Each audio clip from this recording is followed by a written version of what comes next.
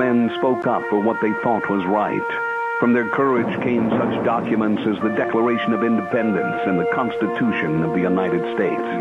From their willingness to speak what was sometimes unpopular but right, we enjoy such liberties as freedom of speech, the right to keep and bear arms, and freedom of religion. There are those who still wish to oppress our freedoms, and there are still patriots willing to stand up and defend life, liberty, and the pursuit of happiness.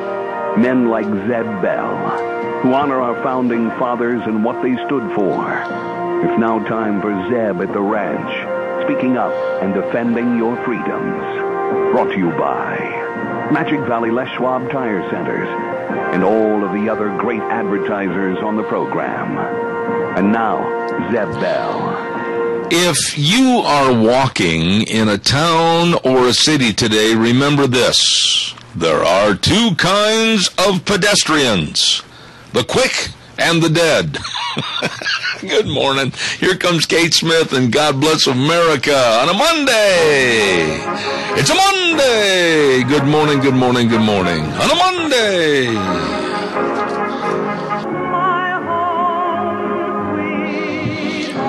On a Monday. Good morning, good morning. I'm Zeb Bell. And I just looked at my T-shirt and it said Zeb Bell on it, so I know I got the right guy. Anyway, this is Zeb at the Ranch, and good morning, everybody. Brought to you by our major sponsor, your Magic Valley Les Schwab Tire Centers, all 7 locations serving you. And don't forget some of our great advertisers, including Lee's Furniture, Floors, and More at 459 Overland and Burley, and Western Waste Services, always at your disposal. Get on the route service today. Call them at 734-6969. And she's back, and just as, fit as a fiddle as ever. Until tomorrow. How's the Grinners? Much better. Really? Until tomorrow. Mm-hmm. What do you mean, till tomorrow? I have another dentist appointment tomorrow. So are you going to be off the air? No, Oh. Nothing as extreme as it was last week. Probably a root canal, but a root canal won't take me out. Don't say those filthy words on this program. Here's the deal. I don't understand why people are so afraid of root canals. I am. Number one, they numb up your mouth. Number two, they take all the roots out so you don't feel it anyway. I don't like that kind of stuff. Well, yeah, I've had so many root canals, I'm used to this. I only had one. I only had one. 6. 6? Mm-hmm. And you're still alive? And I'm still alive, babe. Oh my God! No kidding. I'm perspiring, and I got little goosebumples all over me. I don't like root canals. I don't like people with their hands in my mouth. I've been telling this story, because everybody's been asking me about what's been going on with my mouth, and so I tell them, and then I tell them about, the impending root canal, and it's just the look on their face. They cringe, and I'm like, what's the big deal? Oh, now quit. The mouth is numb anyway, and then they take everything out so you can't feel it. So really, the only part of it that's truly sore is your jaw from having them to prop open the entire time. That is the truth. What we ought to do someday for fun on a Thursday, okay, as both of us ought to go get those shots they give you in the mouth to numb everything up and try to do the program for 3 hours.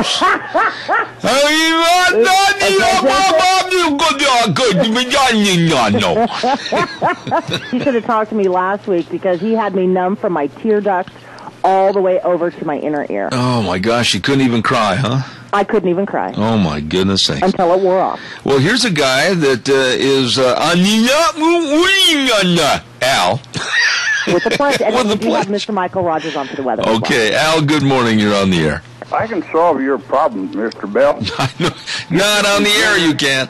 Get you some grinners, and then if you get a little owie, take them out and cut them out with a pocket knife, and you got it made. There you go. Give us the pledge, please. I pledge allegiance to the flag of the United States of America and to the republic for which it stands, one nation, under God, indivisible, with liberty and justice for all. Very, very well done. Thank you very much. I appreciate it, and have a blessed day, sir. Same to you. All right. Bye-bye. Thank you. Ladies and gentlemen, we're very honored to have Michael Rogers Weather on our program, brought to you by Cheney Flooring and Home Design, 1228 Oakley Avenue in Burley. Oh, my goodness sakes. You had better schedule a free in-home design consultation with these folks and sign up for the free do-it-yourself classes that are going to be going on this month. Hey, by the way, too, on September 27th, they're going to have from 4 to 5 p.m., Cheney Flooring and Home Design will have their first do-it-yourself workshop for kids and parents. Don't miss this. Stop in or give them a call, 678-6945. Cheney Flooring and Home Design, 1228 Oakley Avenue in Burley. Look for their blue door. And now, here, Michael Rogers Weather. Sunny all the way across the board till Sunday of the end of the week. It's pretty nice in the fall of South Central Idaho. So you got temperatures today, and the beauty of the weather this week, because it's the type of weather that you just kind of buy into, like, oh, everything's going to be fine. Next thing you know, it's going to get cold and all that. But, 85 for the high today. It'll get down in the 70s all the way through Sunday. And then you get to wake up and you get to see this gorgeous moon known as the harvest moon. You get to see that all week long, too. So enjoy the day, enjoy the weather, showing what you got. The best, MichaelRogersWeather.com, brought to you by Cheney Flooring and Home Design, 1228 Oakley Avenue in Burley. Call them today and get all registered for, of course, their do-it-yourself workshops. Absolutely, at Cheney Flooring and Home Design, 678-6945. Oh, good morning. And I certainly hope that you and yours are having and did have a great weekend and now ready for this work week. And we've got a lot of things to mention. And here is one that I want to mention right now.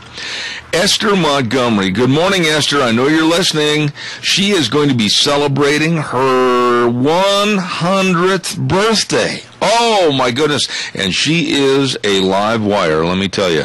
And they're going to be celebrating her 100th birthday from 2 to 4 p.m., September 20th. And it's going to be at the Burley United Methodist Church, corner of 27th and Elmo in Burley. And that's going to be just a lot of fun. Don't forget, Esther Montgomery's 100th birthday. Send her a nice card. Daryl's Cleaners. I was in there the other day and left my Rumply Crumplies, Wrangler, sports shirts, everything else. I'll tell you what, they do a fantastic job. And I mentioned not too long ago about the prepaid gift cards, and somebody thought, hey, that's a great idea. They called me, and they said they're going to stop into Daryl's and pick some of those up. They make great stocking stuffers at Christmas time. It's not too early to be thinking about that. And they can clean your tablecloths, your drapes, everything as you get ready for all the inside things that are going to be going on later on this fall. Daryl's Cleaners, 1223 Albion Avenue in Burley. Please stop in and see them today. Daryl's Cleaners. Oh, and don't forget our friends at SafeLink Internet. And that's Idaho's #1 choice for wireless high-speed internet. And starting programs at just $19.95 and free professional installation, unlimited data, no credit checks, no contracts required. Please call them right now. Tell them Zeb sent you. We are so tickled with their service. 677-8000. That number again, 677-8000. Idaho's #1 choice for wireless high-speed internet, SafeLink Internet. There you go. Well, I'll tell you, folks, I was absolutely riveted to the television screen the other evening. I changed my plans so that I could stay in the house and watch that 1-hour special on Fox News with Bret Baier called 13 Hours. And it had 3 of the survivors from the security force in Benghazi. And I think the words that come to mind were riveting, chilling, and very informative. And I don't know how many of you saw that out there.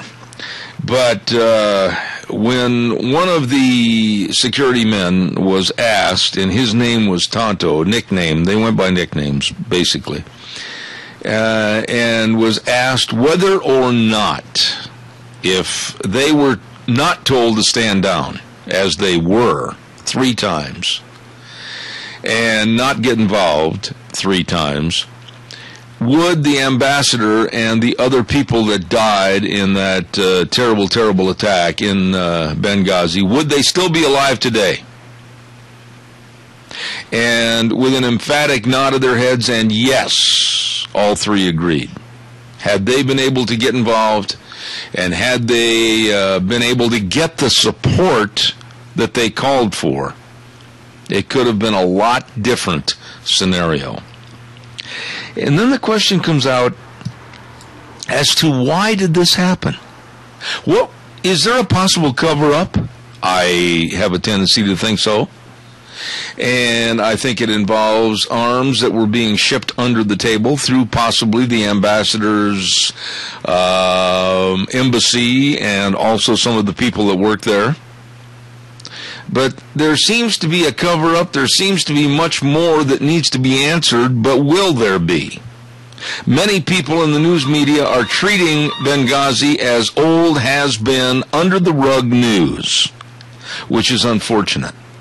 And to the three individuals that were on that program being interviewed, those three security contractors, wow. It was, as I said, it was very dynamic and very riveting as to what they said actually happened in Benghazi. Calls are welcome, 436-2244, 1-866-927-4587. I want to talk a little bit about a new guy that has taken over Meet the Press for NBC and not following in the norm of being just throwing soft questions at the president. That's Chuck Todd. We're going to talk about that in just a minute. Stand by. This Thursday, I want to remind you that we're going to be over at Ramsey Heating and Electric at early in the morning, and I suggest you come over too. We're going to be serving breakfast over there thanks to our dear friend George Mass at 7:30. Biscuits and gravy, all kinds of goodies. It's going to be fantastic. And then, of course, it's hats off to farmers and Patriots Day this Thursday at Ramsey Heating and Electric, 2600 Overland Avenue in Burley. And we're absolutely looking forward to you being there to help make the day a huge success. This Thursday, hats off to Farmer and Patriots Day going on at Ramsey Heating and Electric in Burley, 2600 Overland Avenue in Burley, where they provide warm winters and cool summers. By the way, also, I want to remind you that there's going to be a Patriot Day sale, and this is going to be at Valley White Home and Ranch. 910 South Oneida in Rupert. Got the word that the sale's going to start on Thursday, September 11th, this Thursday, and goes all the way through Saturday the 13th. And don't forget, any uniformed police officer, firefighter, or EMT will receive a free fountain drink and 20% off all clothing and footwear. You'd better stop in. They appreciate you. And they got some super buys over there, too, on all kinds of, dog kennels, and they've got all the Spectricide wasp and hornet killer. Boy, there's a lot of wasps out this time of the year. And stop over to Valley White Home and Ranch. Great big Patriot Day sale going on Thursday through Saturday, 910 South Oneida in Rupert. All right, it's your turn. Give me a call. 436-2244, 1-866-927-4587. Chuck Todd is the new man with the verbal gun, if you will, on Meet the Press, and he was visiting with Obama. And I'm going to stand behind everything I say. I thought Obama looked very timid. I thought Obama looked like a rat backed into a corner on certain occasions.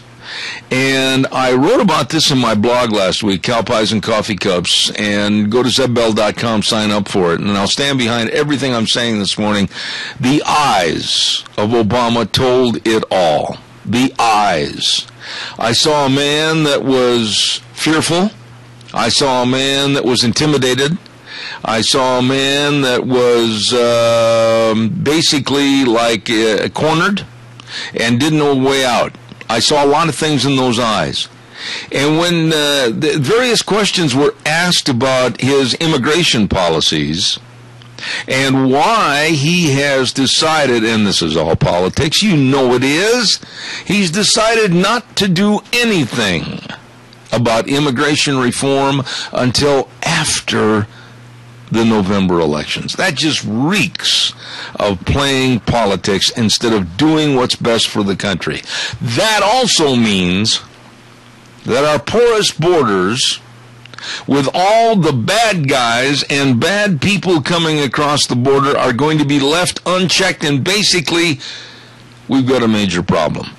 I was listening to Lieutenant Colonel Thomas McInerney, retired United States Air Force, and a couple of other people this weekend on the news, and they are very, very concerned about what and who are coming across our southern border, and they're left unchecked.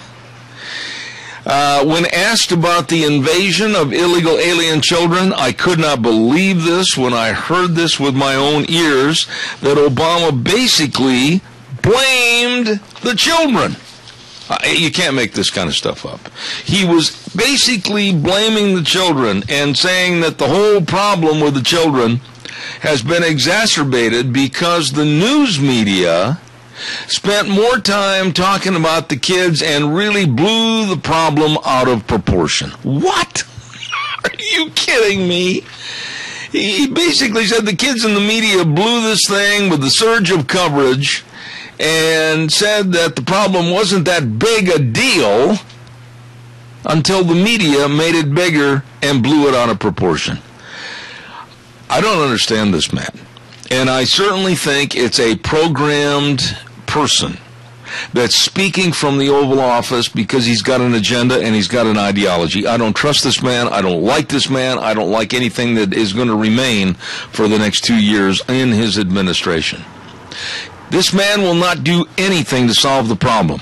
This man will not do anything about immigration and the millions that are here now illegally, and possibly the millions more that are going to be coming across the border and left unchecked.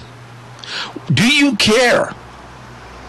And then he made a statement that with Chuck Todd, this was really interesting. He made a statement with Chuck Todd in this interview that he did not previously call ISIS a JV team.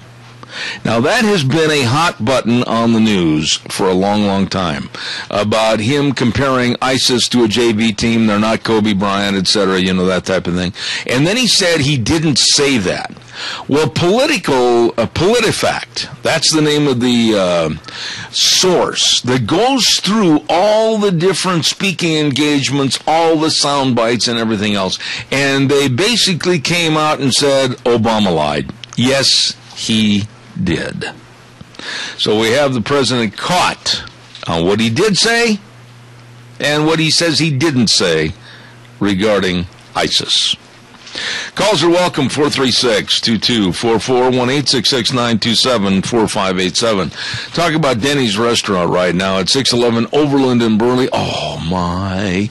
Go in, sit down at a table, and look at the menu and go, oh, my goodness, what do I choose? What do I choose? Why, the options are so many, and they look so delicious.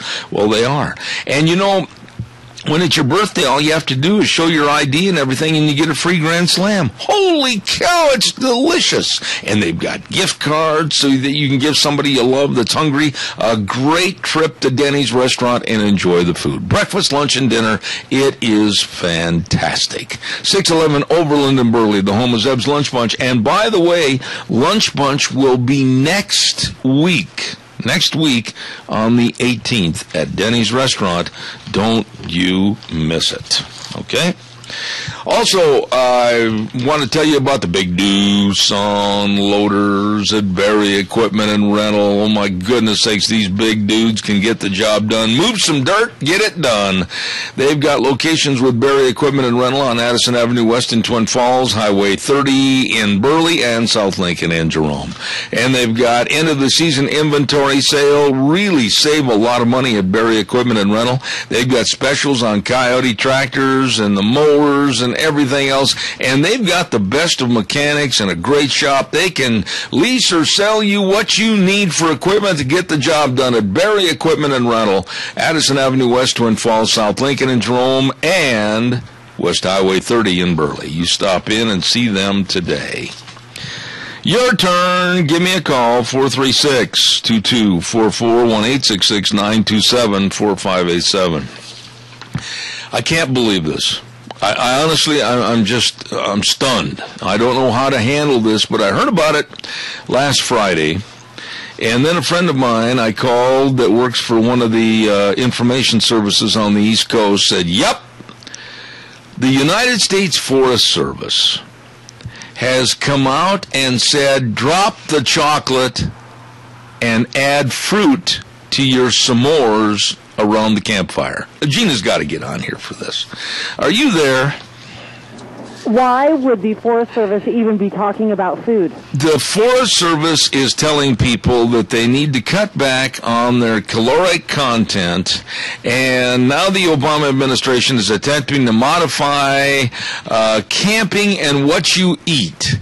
And the U.S. Forest Service, I'm not making this up, I got it right here in my hand, the United States Forest Service last week wrote in a blog titled, How Does Your Marshmallow Roast? I am not making this up. That was the title. And they're telling people not to bring chocolate on the camping trip. They're telling them to take fruit instead so they don't have as much sugar intake when they're sitting by the campfire. Hey, Forest Service, why don't you actually do your job and manage the forest and not what's in my cooler? Can you honestly believe how they are getting so obtrusive and getting into our lives and telling us what to do? Can you? This is not out of the realm of possibility, Gina. When you go on federal land, you see these signs that say fee required for picnicking, all camping, roadside parking, trailhead fees, restroom fees. Are they now, and think about this for a minute, are they now going to have rangers, when you go on to Forest Service land, check your food to see that you're not bringing chocolate or anything that is, according to Mama Obama's plan, fattening? Are they going to put a sign up that says a no chocolate area? I think it's not outside of the realm of possibility. However, it is super overreaching, and I think that we need to let the administration, especially the Forest Service, say, hey, this isn't your job to be checking my cooler. Why don't you actually manage the forest in the way that you're supposed to? I was absolutely stunned. I mean, I seriously sat back and I thought, you got to be kidding me. When I heard about this story, and the Forest Service recommended that we use marshmallow cream so that we can regulate our portions better and not have such a high caloric content.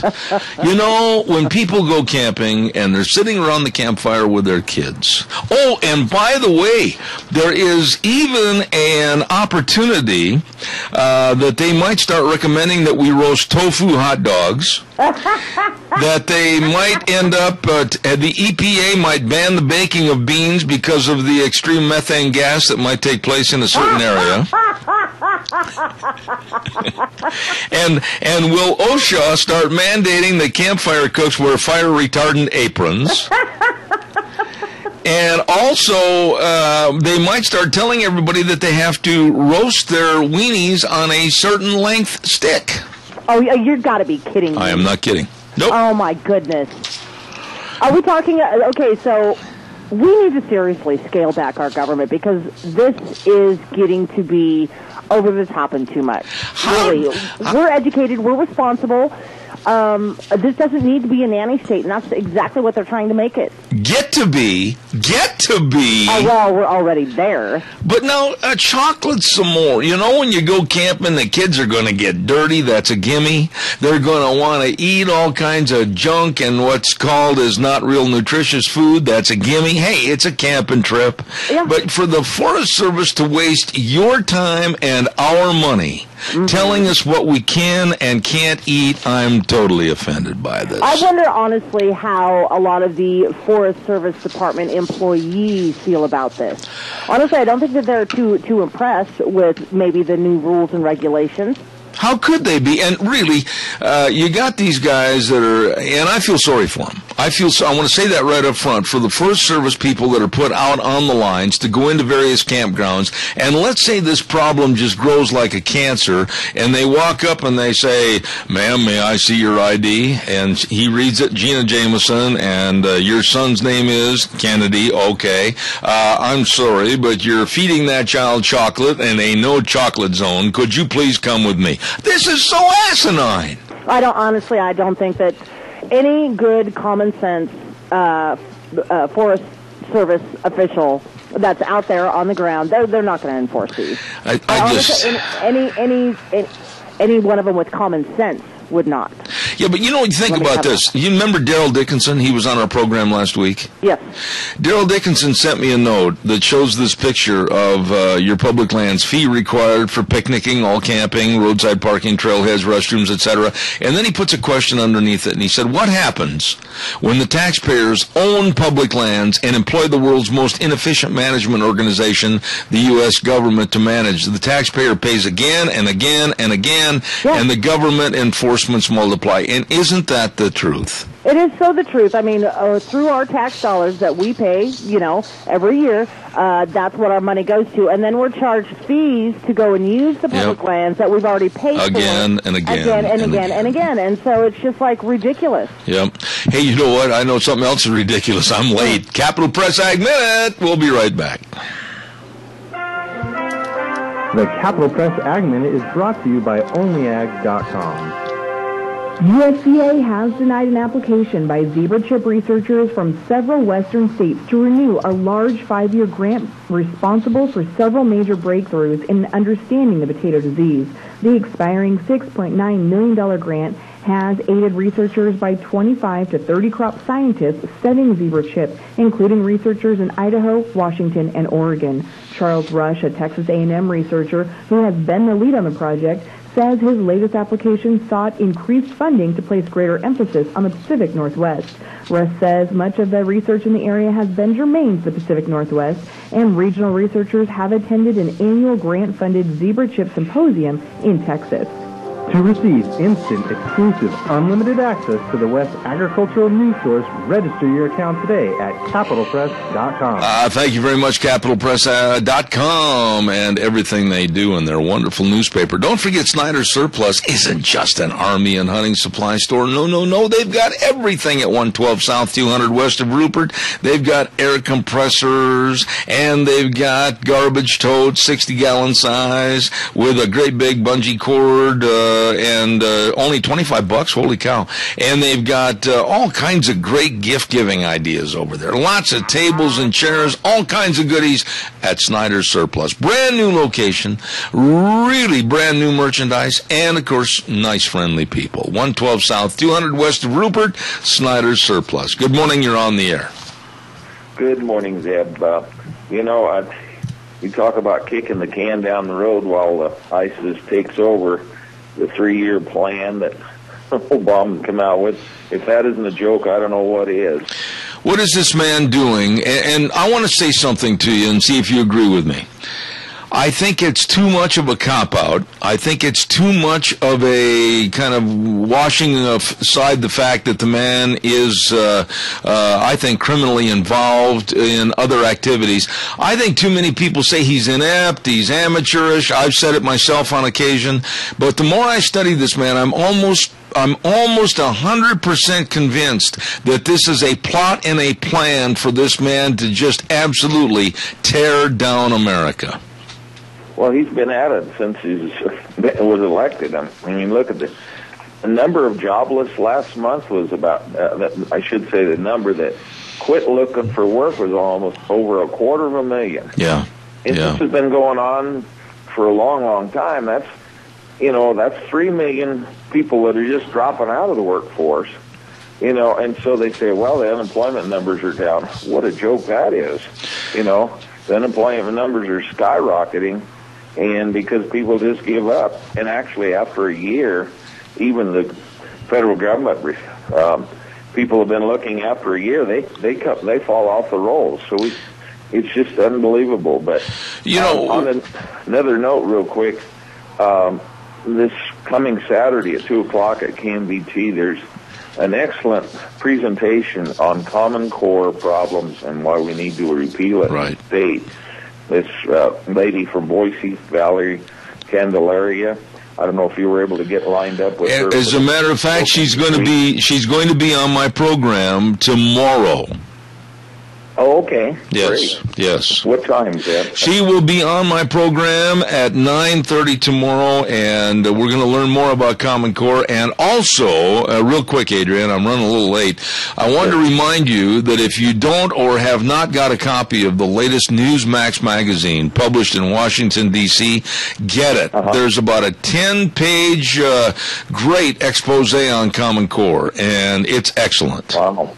Excellent. Well, that's... Anyway, I'm glad on the program. She's really done a lot of research, and folks, I hope there's no admission charge. 2 o'clock, KMBT Community Center on, and I'm sure she'll be mentioning that tomorrow. But put that on your calendar to do next Saturday afternoon, and if you're coming into Twin and what have you. So anyway, Obama just, he's destroying our economy. And that's been his goal from day one. Well, he's done a very good job, and I've got to do a commercial break, Adrian. Thank you. God bless you. Have a good day. Thank you. Okay. Thank you very much. Sophie's Chatterbox. Oh, my goodness, 530 E Street on the Square in Rupert. Their bakery over there is phenomenal. Wedding cakes, cookie bars, homemade bread, delicious cinnamon rolls. She makes a cinnamon roll that just makes you smile 24/7, 365. Wow, those are cinnamon rolls. You better call her and order some today. Yes, sirree, they know how to bake at 530 East Street on the Square in Rupert. Sophie's Chatterbox, you get a hold of them today. Gina, I got another question for you. You're a sports aficionado.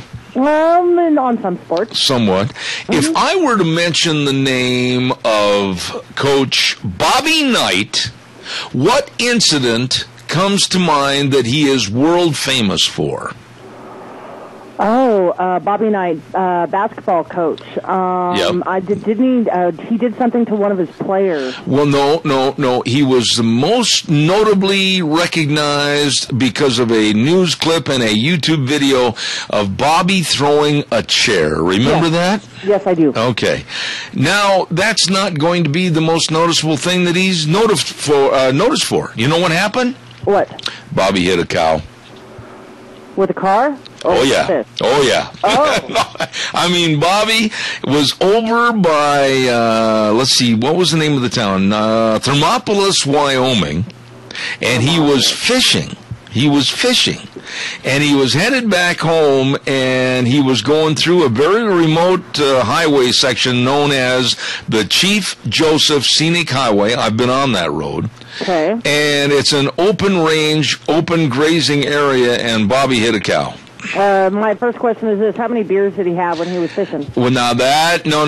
There was no charges. It was there was nothing that intimidated or insinuated that he was drunk or had any alcohol. But he did total out his car. He said he didn't see the cow, and the cow didn't see him, and the airbag deployed, and it tore the front end off his vehicle. Was it at night? It doesn't say here whether it was at night or not. Yes, it was at night. It says in the very last paragraph. Last paragraph. Especially in open range, because in northern Idaho, it is all open range up there, especially right around Elk River area. And there's signs posted, open range. So please be careful of cows and other moving animals. And it's not uncommon. And honestly, if he told us, thank goodness he's okay, because a lot of times people don't walk away from these types of incidents. Bobby Knight, I had a chance to meet him years and years ago. And it was just a quick handshake, and that was it. It was nothing glorified or anything. But anyway, Bobby Knight is a fiery and still is personality. And, you can cuss him. You can make fun of him. You can do anything you want about Bobby Knight. But the caveat is... phenomenal coach. He's a tremendous basketball mind. Wow, yeah.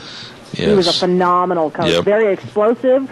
not only to the opponents, but also to his players. I mean, he held his players up to a very, very high expectation, but that's why he was so good. And interestingly enough, most, and underline that word most of the kids that played for him at Indiana and the other schools that he went to after Indiana, Texas Tech, etc., most all the players said he was one of the absolute hardest people to play for and try to please and try to do a good job for, but they respected him, and each person, almost to a man, said it helped them in their later life after college basketball out in the job world. Yeah, because when you have a coach that's holding you to such a high level and they expect more than 110% from you, that really instills a certain amount of dedication to not only yourself but to your team and to your coach. Well, so I would say kudos to Bobby Knight because, he was a phenomenal coach. Very difficult to work with. I agree. But, look at Vince Lombardi. Oh, yeah. Vince Lombardi, and I know I'm dropping names, and people are saying, oh, yeah. Well, I had an opportunity to meet him back in the 60s during the heyday of the Green Bay Packers in Lambeau in Green Bay. Which, by the way, how about them Packers? They lost very bad the other night, and Randy Wynn is smiling like a Cheshire cat. Thank you for bringing it up, because I owe him a steak dinner. I knew you had to run that in. Doggone it, leave me alone. I was thinking of you when I was watching the game, and I'm like, oh, Zeb is not happy. They folded their tent like a Boy Scout troop. They did. Oh, my gosh. Seattle was just like razor sharp and phenomenal, and then okay, we can move on now. Well, I'm certainly glad that you spoiled the entirety of my morning. Randy, and it was so interesting, he called me last week, remember that, the day before they played and wanted to get on for the Pledge of Allegiance? And at first it didn't hit me. I thought that was a nice gesture. No, it wasn't! He did that to throw salt in the wound. It was pre-planned. He had contacted me the day before. So I knew exactly what was going to happen. Green Bay lost. Very badly. Boise State won, and it wasn't, that game, 37-27, I think you used the words that they stomped or whatever you said, Colorado State. Yes. Colorado State started coming back in the second half, and the defense for Boise had better learn to shut down games. I will say this, and I'm not trying to just appease you, being a Vandal booster and supporter, I was pulling for Idaho. I know Larry Hudig just ran off the road in the barrel pit. I was really pulling for him. I did not watch the game, but I listened to part of it, and then I definitely, I was talking to a whole bunch of people about the Vandal game, and I guess the Vandals did really, really well, and they held tight. They came from behind. They held really, really tight throughout the entire game, but Louisiana Monroe just, it was the last 8 seconds of the game. But that's all it takes. That's all it takes. Well, I just want to let everybody know that I have changed my thoughts this year. I'm going to become both a BSU Bronco and Vandal supporter, two great schools here in the state of Idaho, and I really am pushing for better football times for the U of I. Amen. Yeah. Now, as far as Idaho State is concerned, I don't know if you can heal that wound. Yeah, Utah pretty much walked all over Idaho State. 40-20 was the final score on that. Yeah. They have got some major problems in their athletic program up there, and I think far and above Idaho State, University of Idaho, and Boise State are going to have much better programs in the years to come, more so than Idaho State. Of course, a new, not new, but a resurging football program, College of Idaho, and they actually won their game against Pacific this weekend. Yes, but now... But by the way, I also want to comment on this, and I know a lot of people aren't football fans, but there was more than just Green Bay to fall 0-1 on the opening weekend. The Patriots got beat yesterday, too. Really? Yes. Tom Brady was hanging his head in tears. Well, honestly, I think the heyday of Brady is done and over with. I think so, too. Honestly, he's past his prime now, and so I think that they need to move into another quarterback. And the Cowboys... Oh, boy. Cowboys are the Cowboys. What can you say about the Dallas Cowboys? You can't. Jerry Jones this morning must be sitting in his presidential suite at Cowboy Stadium going, why? day. What? We've got a weather forecast to take care of. Mad River Laser. Oh, my goodness. The Cowboys looked absolutely on a scale of 1 to 10 yesterday, 1 being very poor to 10 being very good. They were a negative 13. That's how ugly they were. Oh, my goodness. Hey, Mad River Laser, 502 East Street in Rupert. They've moved to this new location to serve you. They've got everything over there. Caps, water bottles, pens, knives, tote bags, sweatshirts, T-shirts, and by the way, aprons. Aprons. That's right. They're on sale right now. Regular price for a custom apron is $12.99. Now, just $10 if you mention my name. Zeb told me to get an apron. All right. $10. Just go in and check it out at Mad River Laser. You better believe it. 502 East Street in Rupert, and you stop in and see them today. Right now, here's Michael Rogers with a weather update. Hello, everyone. Michael Rogers from Zeb of the Ranch, sitting up here looking at this gorgeous harvest moon. Going to see a lot of that this week. Nice week to start the weather off. Sunny all the way across the board till Friday. 85 the high today. Cool off tomorrow, but a lot of sun, very little clouds. That situation again where there's really nothing to talk about. It's just going to be sunny and nice, and that's nice. Enjoy the weather. Enjoy the weather you got. All right. Thank you very, very much, Michael Rogers, weather.com. Brought to you this hour by Nicole and the crew at Mad River Laser, 502 East Street in Rupert. Really nice folks. Come on, give me a call, 436-2244, 1-866-927-4587. Let's see, what else have we got here? I was listening to a story the other day that absolutely was sickening. And it just made you wonder, when you went into a restaurant, what goes on with some of the food servers? And the gist of the story was the person that they were interviewing was saying, don't go into a restaurant and complain about the service before you get your meal. Don't complain about your meal. You're better off not sending it back if it's not cooked just right. You're better off just keeping your mouth shut, because sometimes the cooks and the food servers do something to your meal that you don't want to know about. I'm serious. They were talking about being nice and not saying anything because there's been some nasty things done to your meal that's going to be brought to your table. And for the sake of not saying anything on the radio right now, because some of you might be still having breakfast, I'm not even going to go there. But be nice to your food servers. However, Gina wants to turn her microphone, and she wants to go there. Have you ever seen the movie Waiting? I don't know if I have or not. Waiting is all about those who work in the food service industry. Oh, boy. And exactly here she goes. What you're talking about. I'm not going to get into specific details, but it's a movie that's exactly on the topic of what you're discussing. And again, I don't want to get into and this is nothing new. I know, nothing new. I know, but I don't want to get into exactly what some of the cooks and some of the food servers are doing. Right. But it would just absolutely turn your stomach upside down. Oh, yes. But they're not real nice people sometimes when there's a complaint, or whether, you want something sent back, it's not cooked right or something.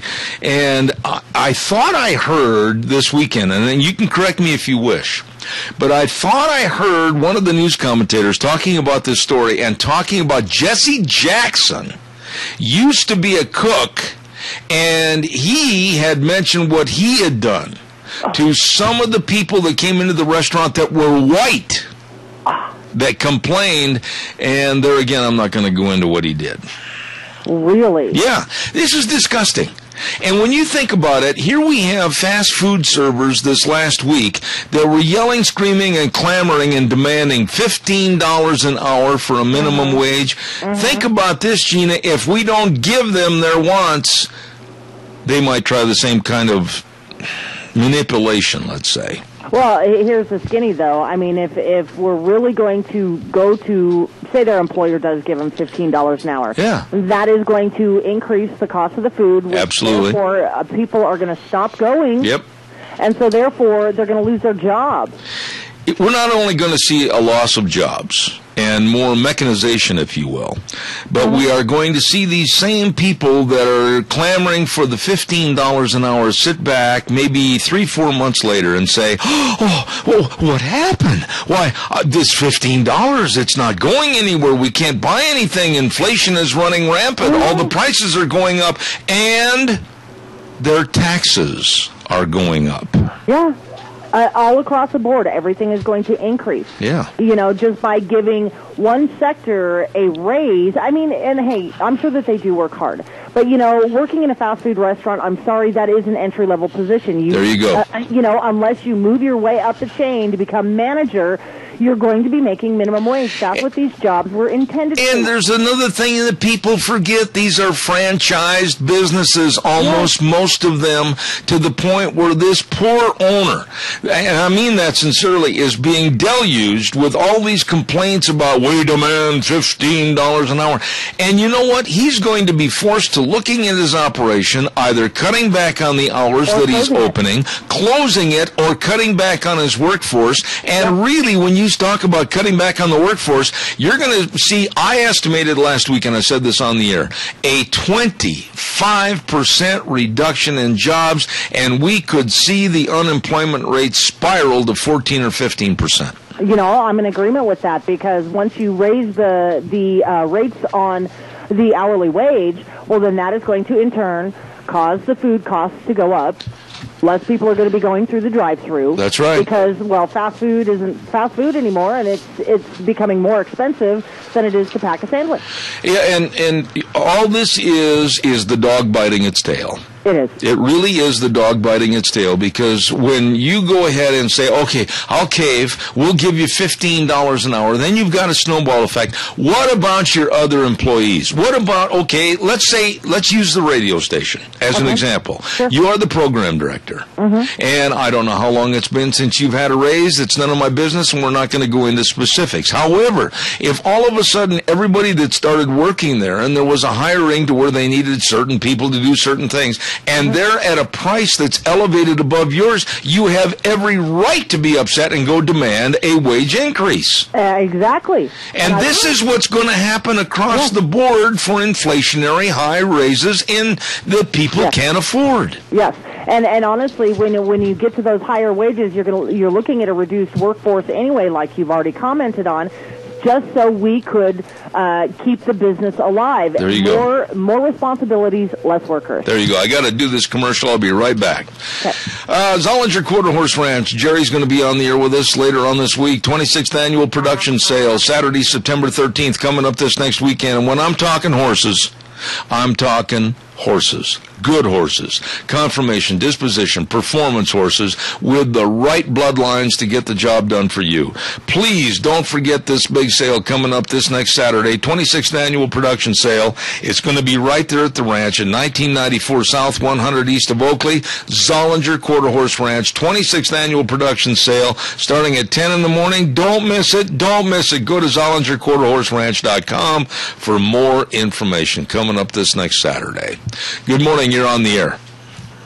Hey, Zeb. The big picture is, for the last 40, 50 years, everybody's been outsourcing and moving all of our manufacturing jobs overseas, out of country, Canada, Mexico, and now all you have is a whopper flopper.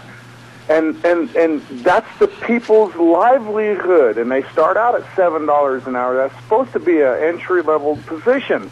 But they don't have nothing else to look forward to, because all of our high-paying manufacturing jobs, which the U.S. used to be number one, are overseas. But and these guys are complaining because they don't have a future because of the government, because of taxes, because of the God almighty dollar. Everything went overseas. We are never, ever going to recover from this because our manufacturing is overseas. Okay, now wait a minute. Let me get a word in. Let me get a word in. 95% of all, 95% of all durable goods are outside the United States.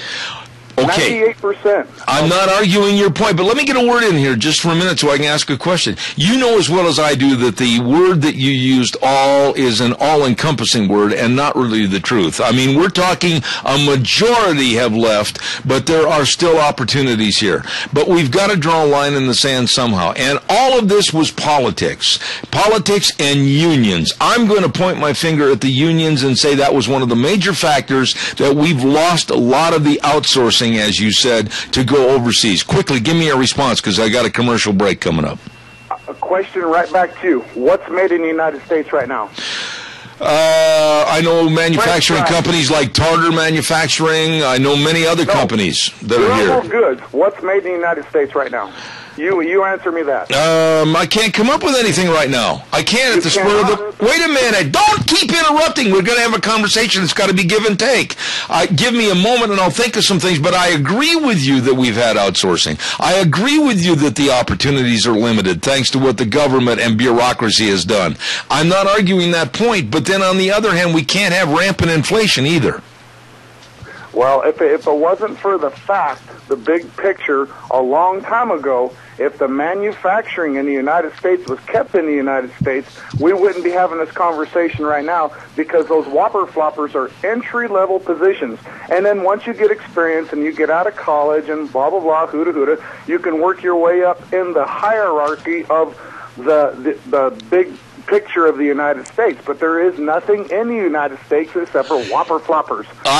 What I'm going to do, okay, hold on. What I'm going to do is overnight I'm going to try to compile a list of the companies, manufacturing companies, etc., that are still here in the United States, and I'll have that on the air tomorrow. I do appreciate your call, and I certainly appreciate your perspective, and I agree with you. Thank you. I got to get a commercial in. Thank you.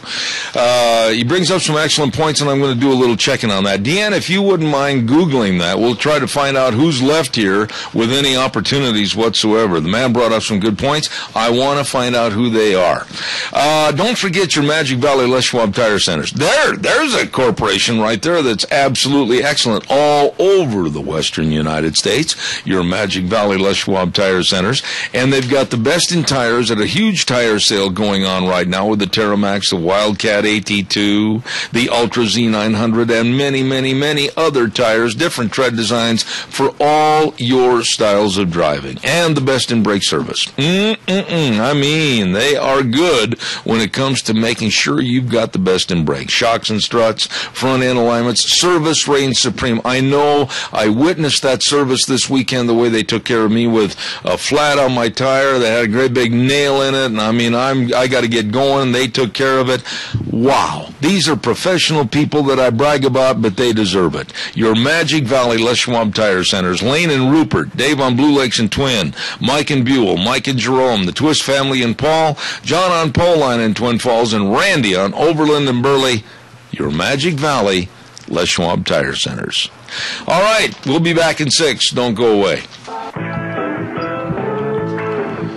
Wow, would that be scary or what, to have your ankle caught and pulling you underwater? Woo, very serious. Welcome back, Zev at the Ranch, with our major sponsor, your Magic Valley Les Schwab Tire Centers. All 7 locations serving you. Thank you very much, along with some of our great advertisers, including Lee's Furniture, Floors, and More at 459 Overland and Burley, and our friends at Western Waste Services. From the canyons of the Snake River and all across southern Idaho, we're always the Georgia shores of Western Waste Services. We care about our community, our resources, and this great land. Western Waste Services is lending a hand, always at Georgia shores of Western Waste Services. Very well done. Thank you, Western Waste Services. The service is impeccable, and they've got the dumpsters in various sizes that you can put in the garage or down in the basement or out in the shop, and you can clean. You can clean and fill them up and then call them and they'll come get them. Always at your disposal. And don't forget to get on the round service. Every week they come by here. Our garbage is gone. It's out of there. Western Waste Services, 734-6969. Always at your disposal. Absolutely. Also, ladies and gentlemen, I want to remind you, Thursday, we're going to be broadcasting over at Ramsey Heating and Electric for Hats Off to Farmers and Patriots Day. Don't miss this. Get there early in the morning, have breakfast with Chef George Mass. It's going to be fun. And then the broadcast over there all morning long at Ramsey Heating and Electric for Hats Off to Farmers and Patriots Day, this Thursday on 911. By the way, too, I want to remind you about Hanson Mortuary, 710 6th Street in Rupert, with our dear friend Joel Heward and his staff. They really can go to you to help with the arrangements when there's the passing of a loved one. All you have to do is call them, 436-5636. That number again, 436-5636. Always with the highest ethical standards, with unquestioned integrity, and they believe that every life is worth remembering, and they want to help you. Please call them today. Hanson Mortuary in Rupert, 436-5636. One of my dear friends on this program is Mr. Dan Kish, Senior Vice President of Policy at the Institute for Energy Research. And Dan's on the phone with me right now. And Dan, before I even say anything more, I want you to know right up front, I am not a believer in any way, shape, or form of climate change. I think it's a farce. I think it's nothing but shenanigans by the government to have more imposed control over us. What are your thoughts? Am I right or wrong? Well, I believe in climate change. I just think that's up to God. There you go. There you go. I mean, you know, we once had dinosaurs walking around, and when we dig in the earth, we find coal and oil and gas, and all that was created a long time ago through the various processes. And you know, sometimes you go to New Mexico or Utah, and you see canyons that are carved by oceans that once covered certain parts. So clearly there's been some climate change, but to somehow believe that man is responsible for it all is I think, is not giving credit to the good Lord above. You know, Dan, one of my good friends is a professor regarding climate and weather, etc. And one of the things that he has mentioned to me for years, before this thing really became so apparent with Al Gore and now Hillary Clinton stomping on the political stump about climate change being the most serious thing, he has told me one word that really I've remembered for all this time: cyclical. Cyclical change. And that's exactly what we're seeing now, and the change is going back towards a much cooler environment. Well, that sure seems to be the way it looks. To be honest with you, Zeb, the Russians for a long time have been saying a lot of this had to do with the sun and cycles in the sun, and that actually just about the time the politicians really got revved up about this, 1998, was just about the time when it was beginning to reverse itself. You know, when I grew up, I'm getting a little long in the tooth now, but when I grew up, we had some really tough winters and lots of snow, and we had to walk, 5 miles uphill to school both ways. All of that stuff. But the fact of the matter is, we haven't had any warming in 19 years. That's right. And that's becoming pretty clear. And so, you know, if all of their models tell us that this should have been happening, and that's what their models tell us, and it's not happening, then something else is happening. And I think they're really worried about,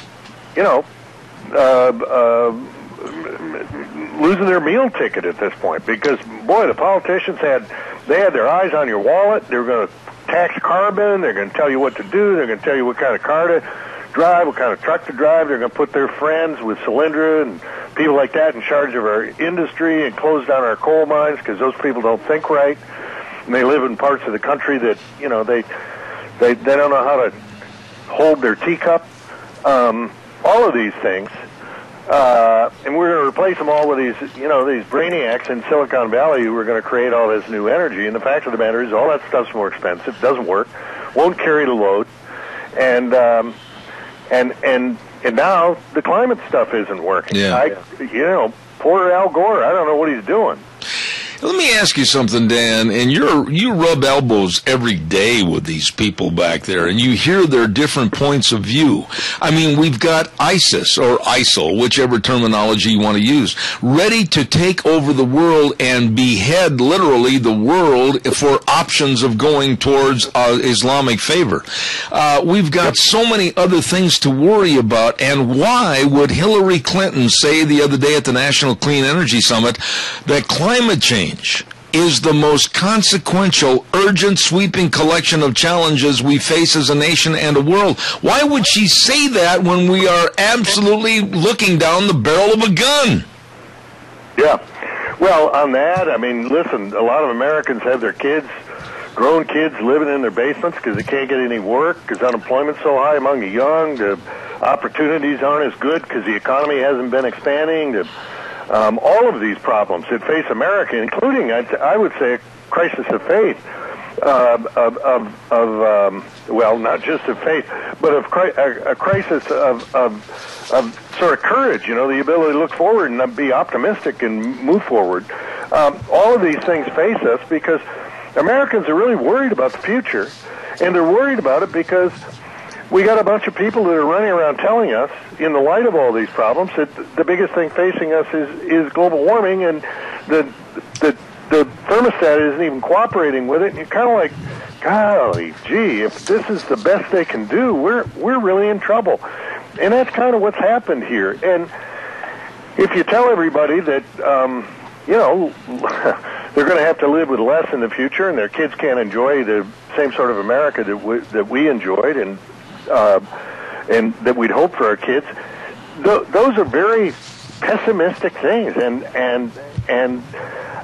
But there's this huge political movement which has replaced faith in the Creator with a faith in the creation, the environmental movement. Yeah. And that's what drives this. And so there's a lot of people down at Harry Reid's big show down in Nevada this past week who are making lots and lots of money off these government decisions to prop up their green energy stuff, and they're going to be the ones contributing to campaigns, and she doesn't want to say anything less than Barack Obama does, or our Secretary of State now, John Kerry, who has been running around talking as though this is the number one problem facing the world, too. I don't know. Somebody fell off a horse too much. Well, Dan, here's some of the statements she made, and these are untruths. Sea levels are rising. No, that's not true.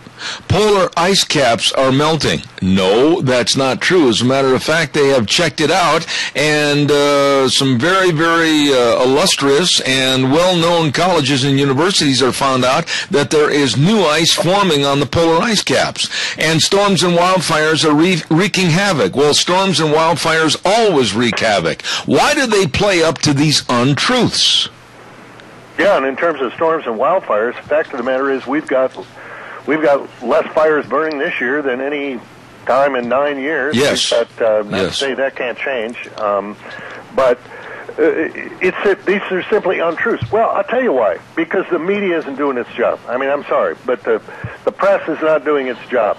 If these are candidates for the United States, the presidency of the United States, and if they do what they did over the last two elections and not ask any hard questions of certain candidates, and not probe and not say, well, actually, Madam Secretary, everything you just said is not true, and here's the facts. Why do you say that?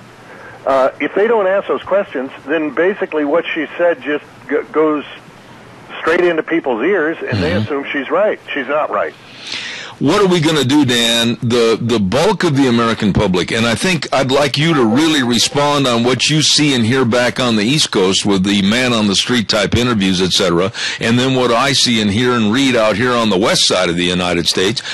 The general public, I'll say 35 years and under, I think, in general, is so misinformed or not informed because they don't take the time to find out what's going on. I'm really fearful that they'll vote for a Hillary Clinton purely because they think she's going to be the salvation on climate change. Yeah. Well, Zeb, you know, the one thing that, and I always am hopeful about America, I think we've been through these days before. I remember the days of Jimmy Carter. And then Ronald Reagan came in and told us actually we can do a lot better. Yep. And life could be, you know, it's morning in America again, and America will be the shining city on the hill.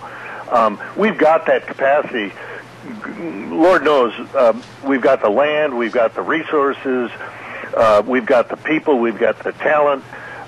If we just get the government out of the way, and why it always seems that when these people push these sorts of agendas, they're always the ones that are pushing more government too. Do you notice the relationship, Zeb? I do, and I think, you know, there's a growing wariness of government's ability to do anything well. And people come into contact with it a lot more because it's shoving its way into our faces on an everyday basis.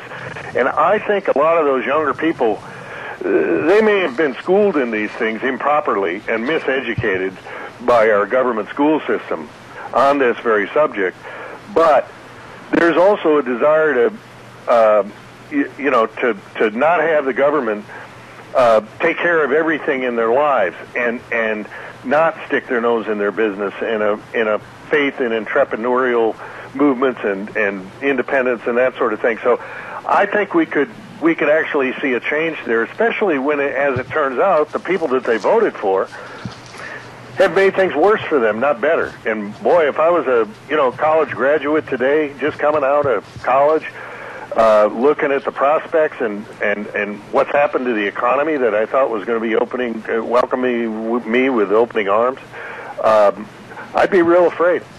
Dan, how come somebody somewhere at some town hall meeting or some kind of where the Mrs. Clinton is at a meeting someplace and asking for questions, why isn't somebody standing up and saying, well, now, Hillary, if you're going to focus on wind, solar, and other renewable energy programs, how long is it going to take to develop those programs so that it will be a turn-on energy program like we already have with coal? Why aren't they holding their feet to the fire and asking questions like that?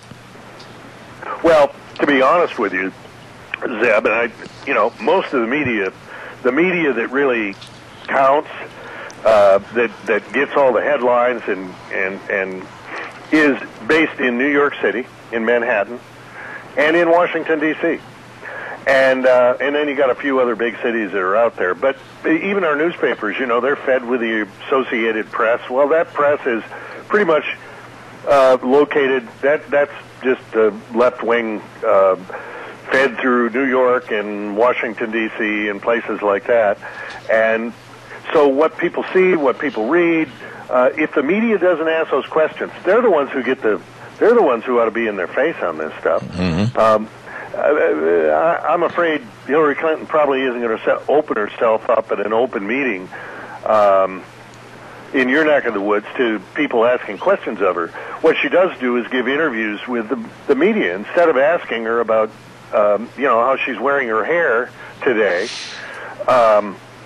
maybe they should ask her about why it is that the very things that she's saying aren't supported by the facts. And that would be a good interview. I think people would pay to see that, don't you? I would, and this leads me to my next question as far as politics is concerned, as far as the Democrats are concerned and the Republicans and they're concerned.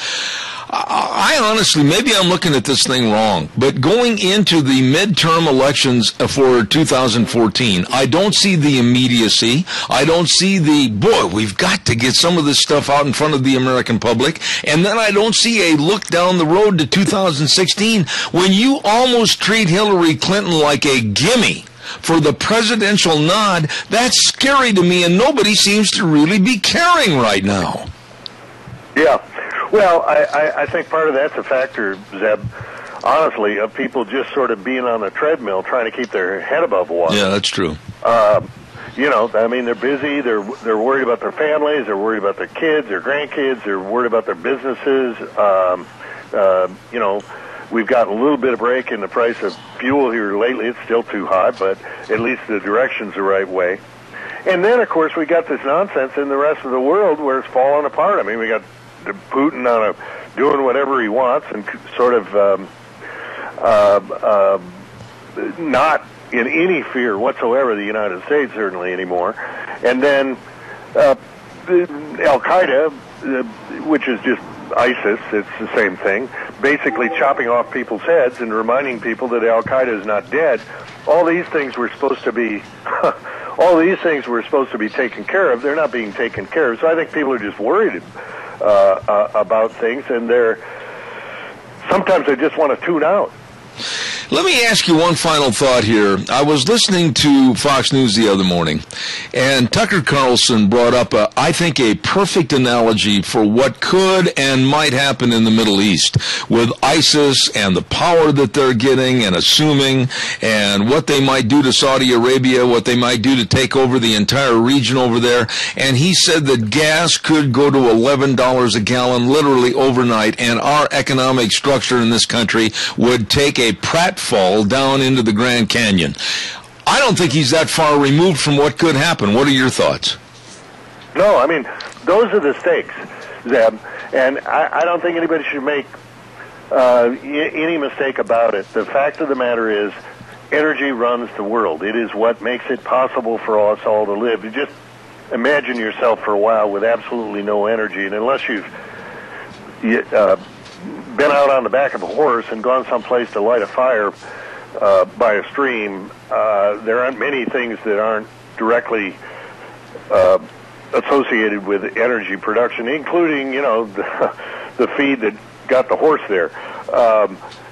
That's how essential it is. That's how we support 7 billion people worldwide, and it's absolutely essential for everything we do, all of our commerce, moving everything, and yet there are some people who, for their own political purposes in the Mideast, who I think have been ignored for far too long, have it in mind to grab control because they want to basically put us on the same level that they've been living, which is in caves. Yeah. And we ought to worry about that. We ought to worry about that greatly, especially when we have the power, not only through our military, but let's face it, a lot of this can be avoided by the United States taking the proper steps. I mean, the first thing the president ought to announce in light of what's going on over there is, today I'm authorizing construction of the Keystone Pipeline. There you go. I'm going to open up some more land for energy production. I'm going to stop warring on coal, which we have the largest supplies of in the world. We're going to put some coal miners back to work. I've decided I've made a mistake. Those are what a real leader would do. That's what we need. And someone who links these things in the proper way as opposed to pretending as though they're somehow not linked. Final thought here. I've only got a minute left, but Dan, you just mentioned Keystone Pipeline. With everything that has gone on in this country, all the scandals, all the presidential happenings, and now looking at the 14 and then the 16 elections, everything seems to be swept under the rug. Will there ever be a yay or a nay formally to Keystone? Well, to be honest with you, I don't know. I'm just trying to guess what President Obama is going to do on this. I personally don't think he's going to do it, but I hope I'm wrong, because America needs it. And I'd rather be wrong and America getting something it needs than being right and America denied this. But we need much more than that. I mean, the Keystone Pipeline has just become a symbol. Really, we've got lots of pipelines that need construction. We've got lots of people that need to go to work. We've got plenty of places that we could open up that could provide us more energy supplies. We could help strengthen the backbone of Europe by making them less dependent on the Russians. Last week on Labor Day, Zeb, Putin announced, actually was at the opening, the first weld on a 2,500-mile pipeline that is the largest construction project in the world, and it'll supply natural gas. It's a 56-inch pipeline. Think of that, 56 inches. Supply China with $400 billion worth of natural gas over its 30-year life. And they announced that project. Meanwhile, President Obama can't decide whether a much smaller pipeline and much shorter pipeline that will bring oil from Canada to the United States is in our national interest. Oh, my goodness. Is it any wonder that he's running circles around our own president? Amen. Oh, my goodness. Dan, I really do appreciate your taking the time to come on. Dan Kish, Senior Vice President of Policy at the Institute for Energy Research, a man that I trust, a man that I really look forward to having on the program. Thank you. God bless, and I'll talk to you in a couple of weeks. Thank you so much. Thank you, Zeb. God bless. Take care. Thank you. Wow. I mean, we need energy. And we don't need lip service from the Democrats and the absolute idiocy that they're spewing right now. Oh, they're going to focus on wind and solar and other renewables. That's not going to get the job done. No, it's not. Thank you, Dan. Appreciate it. Let's pay some bills, and then we'll have our next guest on the phone. And I want to remind you, too, about our friends at Cheney Flooring and Home Design, 1228 Oakley Avenue in Burley. Listen, they've got the September 27th, the great big do-it-yourself workshop for kids and parents. That's right.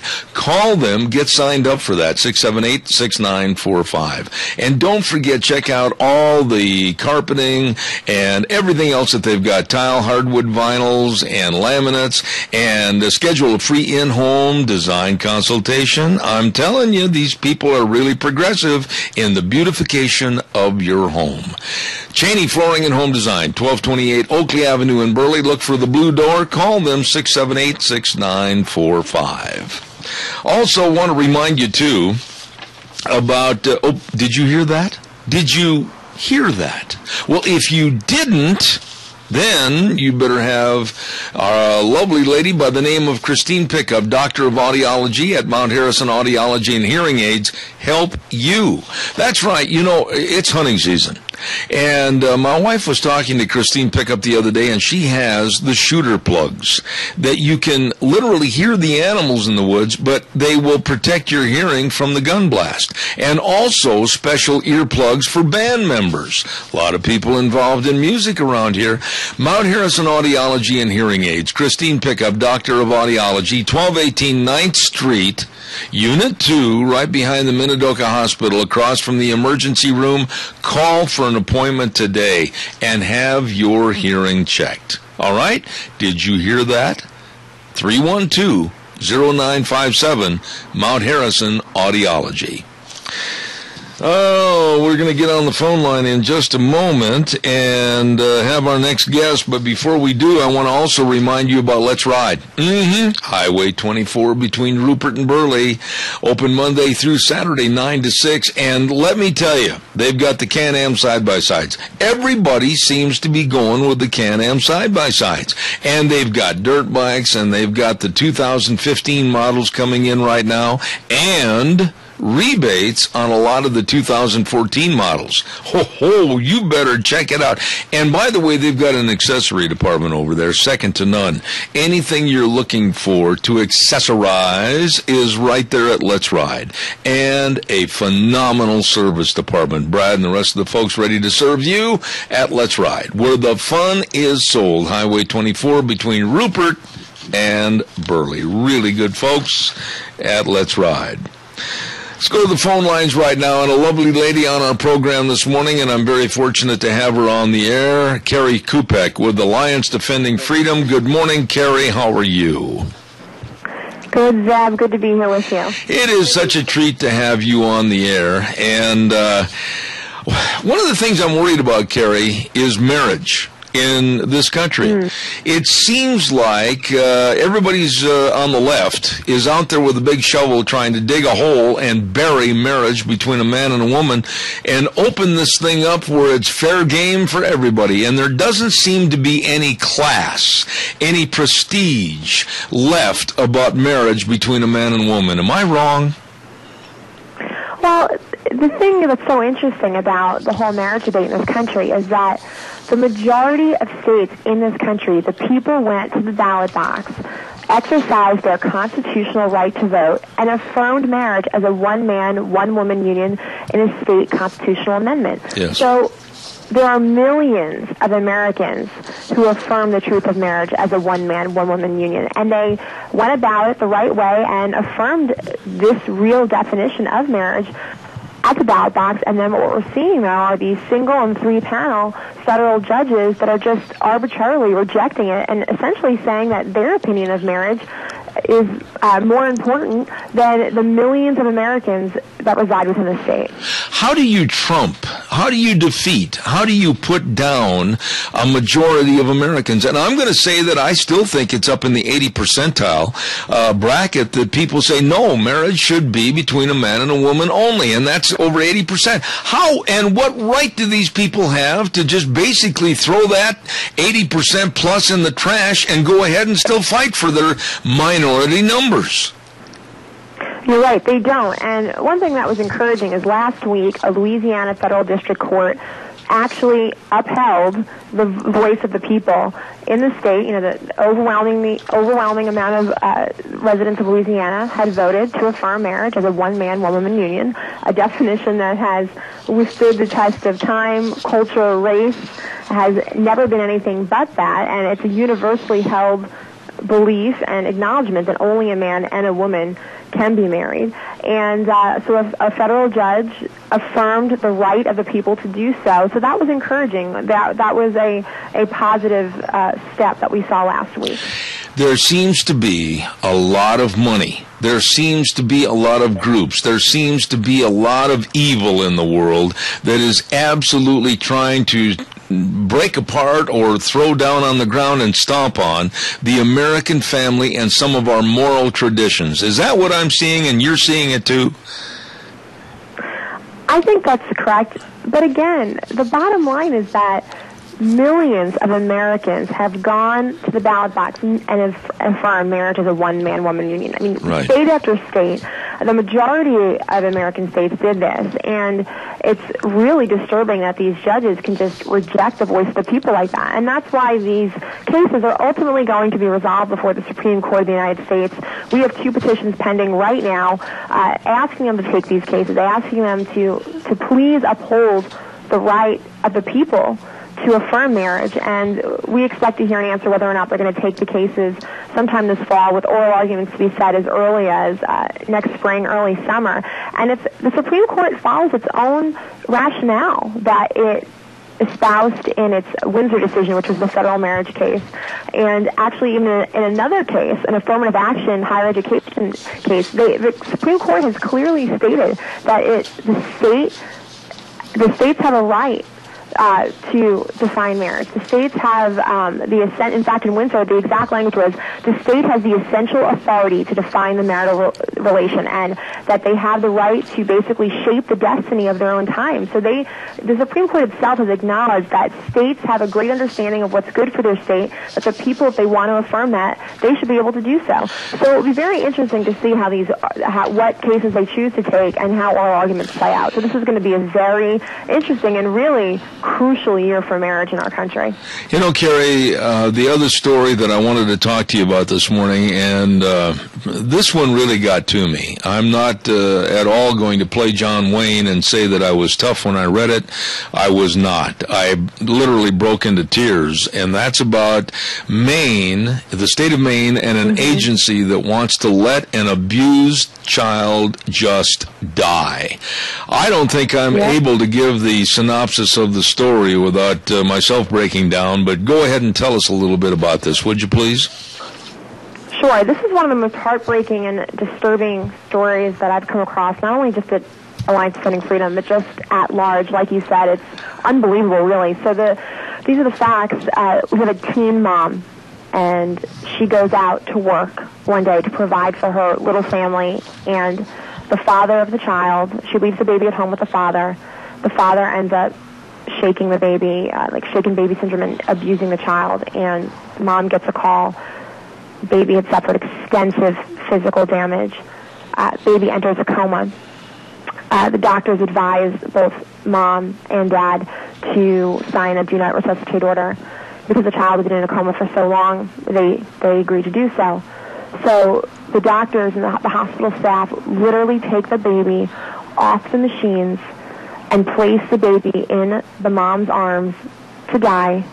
The baby opens her eyes and starts breathing on her own for the first time in, since the beginning, and continues to do so for days afterwards. So obviously this is an incredibly miraculous event. And yet, so then the parents decided to obviously rescind their consent for this DNR order. Well, if you can believe it, the state is fighting its right to do so and would rather let this baby die on its own, is completely bypassing and overriding this mom's right to make this life or death decision for her own child, to save her own baby's life. The state is saying, no, we're going to make the call here. We think this child doesn't have a great chance of, quality of life or living, so we're basically going to force this child's death. And so this has gone all the way up to the Maine Supreme Court. This child's life is literally hanging on a Supreme Court decision, and the question is, who gets to make this life or death decision for the child, the state or the mom? And I'd like to mention that the mom's rights, parental rights, were never terminated. She is still fully in control as a parent, and yet the state is fighting her right to do so. It's just unbelievable. Carrie, and again, this is hard for me because of the nature of this story. But there's another caveat to this story that really is interesting, and it needs to be, I think, subjected to your scrutiny. The father initially caused the damage, if you will, to this child. That's right. And the father right now would be in his best interest legally if this child lives, because then wouldn't he be charged with murder if the child dies? It's actually very possible. You're right, because right now I believe the charges are something along the lines of aggravated assault. But you're right, if the child dies, those charges could certainly be upped, and that's a very good point. That could happen. What scares me is that we have turned life, and tell me if I'm wrong on this, please, but we've turned life and the value of life and whether living or not living is going to be good, quote unquote, for society, over to a state agency, and this is very cold, and I'm worried about this. I am too. It's a sick situation, because obviously anybody who's ever dealt with comas and DNR orders, I mean, they're awful situations in general. They really are.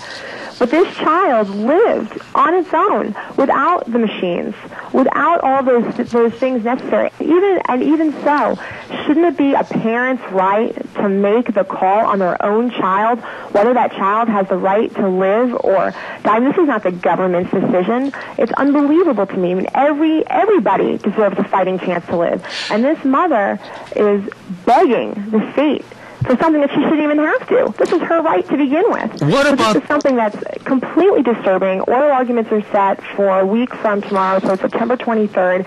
This is starting to pick up a good amount of media attention, and rightfully so. I mean, no parent would want to be in a situation where the state is saying, your child is basically better off dead, and we're making that call, and we're not letting you do that. What about the doctors? Bring that into the story, please. What about the specialists? What about the doctors that have examined the child? What about the child overcoming a lot of the obstacles already by coming out of the coma, opening the eyes, etc.? What are the medical professionals saying? I think there's some confusion about that, because obviously I think the general consensus is this child faces certainly some major physical obstacles in terms of living.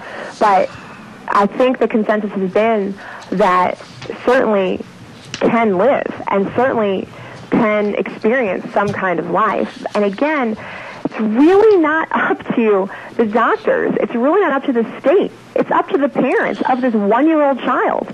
That's the bottom line. Everybody deserves a chance to live, and certainly a parent of a child has the right to make the decision for their own child. This could be, and I don't want to elevate it to a story that's not there yet, but this could be a story that goes on and have implications in the future as to the quality of life on anyone, as to basically creating a hemlock society that's governed by a certain board of directors for every state. This really scares me. And it should, and you're absolutely right. And I think in addition to this little human life, that's being decided by judges and State Departments right now, what you're pointing to is exactly correct. If we open the doors for the government to bypass, to reject the right of a parent to make medical decisions for its child, the door is unbelievably open for the government to do anything and to make these life or death decisions. This is not the responsibility of the government. This is the responsibility of the parent. And the precedent it could set, should this decision be ruled against the child, would be unbelievable and be very foreboding for all Americans. I can't imagine, and Carrie, maybe you know more about her situation, but I can't imagine mentally what the young mother is going through, having to work with the legal people, the attorneys, having to work and listen to what the state of Maine is saying and the judges are saying, and then also I would assume that she is having to work with, somewhat, the father that caused this assault on the child in the first place. This has got to be one of the most traumatic experiences for this young mother that any human being could go through. Yeah, I was actually just thinking about that this morning, and I can't imagine being in her. And that's why it's so important that the court, hear these arguments. Consider, we filed an amicus brief on behalf of several nonprofit organizations saying, look, this mom's right to parent her child were never terminated. She is fully in control legally as this child's mother still. Let her decide whether this child is going to keep on living or not. That's 100% her decision. This is not the decision of the state. And then we'll move forward from there. Carrie, is there a Maine spokesperson or a group for the state of Maine that is coming out on the other side saying, no, this child does not deserve to live, and we're going to go ahead and rescind the rights of letting this child try to live through medical help and assistance? Who is really leading the charge on the other side? These must be the most inhumane people to walk the face of the earth. It's a little convoluted as to why it has gotten to this point, and it's certainly concerning because no state agency, no Department of Health and Human Services should completely bypass the right of a parent to make these life or death decisions for their child. So it is unbelievable that it's gotten to this point. As far as who's advocating and who's not, I mean, this agency has moved forward with this decision the entire time. And like I said, we will see in a week and a half what the Supreme Court of Maine has to say about it all. But certainly there's a lot of public outrage that's really rising up. And like I said, we have filed a friend of the court brief on behalf of several nonprofit organizations, and we're all saying the same thing. Let this mom make the decision for her child. And this child has a chance to live. Should have a chance to live. Everybody should have a fighting chance to live. Let this mom save the life of her own child. Carrie, I'm going to save this story. I'm going to file it, and I'm certainly looking forward to you coming back on the air, and I hope and I pray giving us good news about this child and this mother. And thank you for all you do on behalf of the Alliance Defending Freedom. And with that being said, how can my listeners follow this story and others on behalf of ADF? They can go to alliancedefendingfreedom.org or adfmedia.org. Wow. I thank you so much for what you're doing and the great job you've done on this program. And keep in touch and let us know about this case, and we'll look forward to having you back in the near future. Thank you so much. Thanks for having me, Zeb. God bless. Thank you. Bye-bye. Wow. Carrie Kupek with Alliance Defending Freedom, and that story, it just tears my heart out. To think that there is right now a group of people that basically just want to let the child die. I'm just stunned. Caller, I'm going to ask your patience, and I think you understand why. I have to get my weather forecast in. It only takes 60 seconds. I'm going to ask your patience and indulgence, and we'll have Michael Rogers' weather, and it's brought to everybody this hour by Lennox Home Comfort Systems. That's right, through Ramsey Heating and Electric, offering rebates on qualified Lennox Home Comfort Systems. Whether it's a gas furnace, air conditioner, or a heat pump, you and your family will enjoy the comfort. Call 678-0459 and learn how Ramsey Heating and Electric can save you money. And right now, here is Michael Rogers' weather. Hello, everyone. Michael Rogers from Zep of the Ranch, sitting up here looking at this gorgeous harvest moon. Going to see a lot of that this week. Nice week to start the weather off.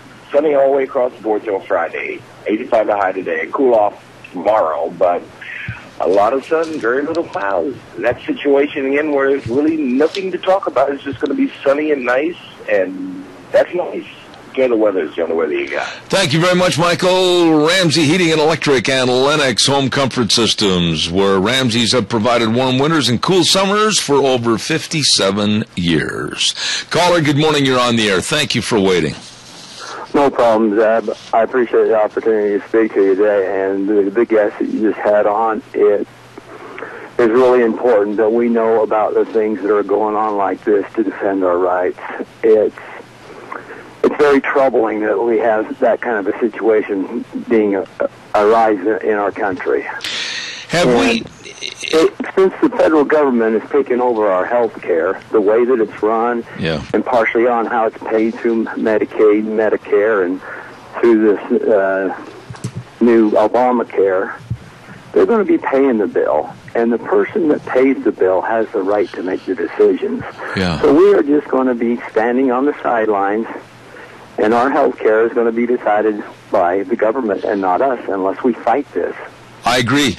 You know, I really get teary-eyed and thinking about this, but when I read the story that Carrie had sent me on the weekend regarding this baby, and I thought, what kind of a society are we? Or are we becoming? To where it's almost like a hemlock society, and we've got a board of directors that are going to look at this baby and say, no, this baby is of no value, let it die. Or an 80-year-old man that is spry and fit and has grandchildren and great-grandchildren, and a board of directors is going to look at him and say, no, you're going to die. We're turning into a hemlock society, and only the fittest survive, and this is very troubling to me. I agree 100%. You know, you look at the societies would have been under a socialistic system that our current administration is trying to move us toward. They become very cold and very callous, the bureaucrats, very arrogant and desire that power to run our lives instead of us having the freedom to run our own lives. We have got to fight this fight. It is here and it is now. We can't sit back on our hands anymore, or they're going to roll right over the top of us. What would you say, and again, I want to choose my words carefully here, and I hope you'll understand and respect what I'm trying to ask, but let's say it's a family member of your family, and you go to the doctor's office and you find out that there is a disease, there is some kind of a tumor, you find out something about a member of your family that could be taken care of, and with the taking care of the problem, the prognosis could be for an elongated life, much more here on the face of the earth, but a hospital board says, no, that person is 68 years old, and we can better serve our society by providing the money to somebody younger. I'm afraid we're just going to have to let your family member die. Is that what we've become in this country? Well, I don't think that's what the majority of us have become. The 80%, like you said, are in favor of traditional marriage. Yeah. I truly believe that this is a good country, and there's good people out there that are willing to fight this fight along with us. They just need to know about it. They're just busy running their own lives and struggling to make an earning in this economy that they burdened us with. You know, the national media doesn't report the inflation that you and I, and even a thinking person knows, is running amok. Yeah. I went over to the thrift store to find some work pants for me. The desert industry, I found 2 pair. Yeah. I went over to the youth ranch store in Burley.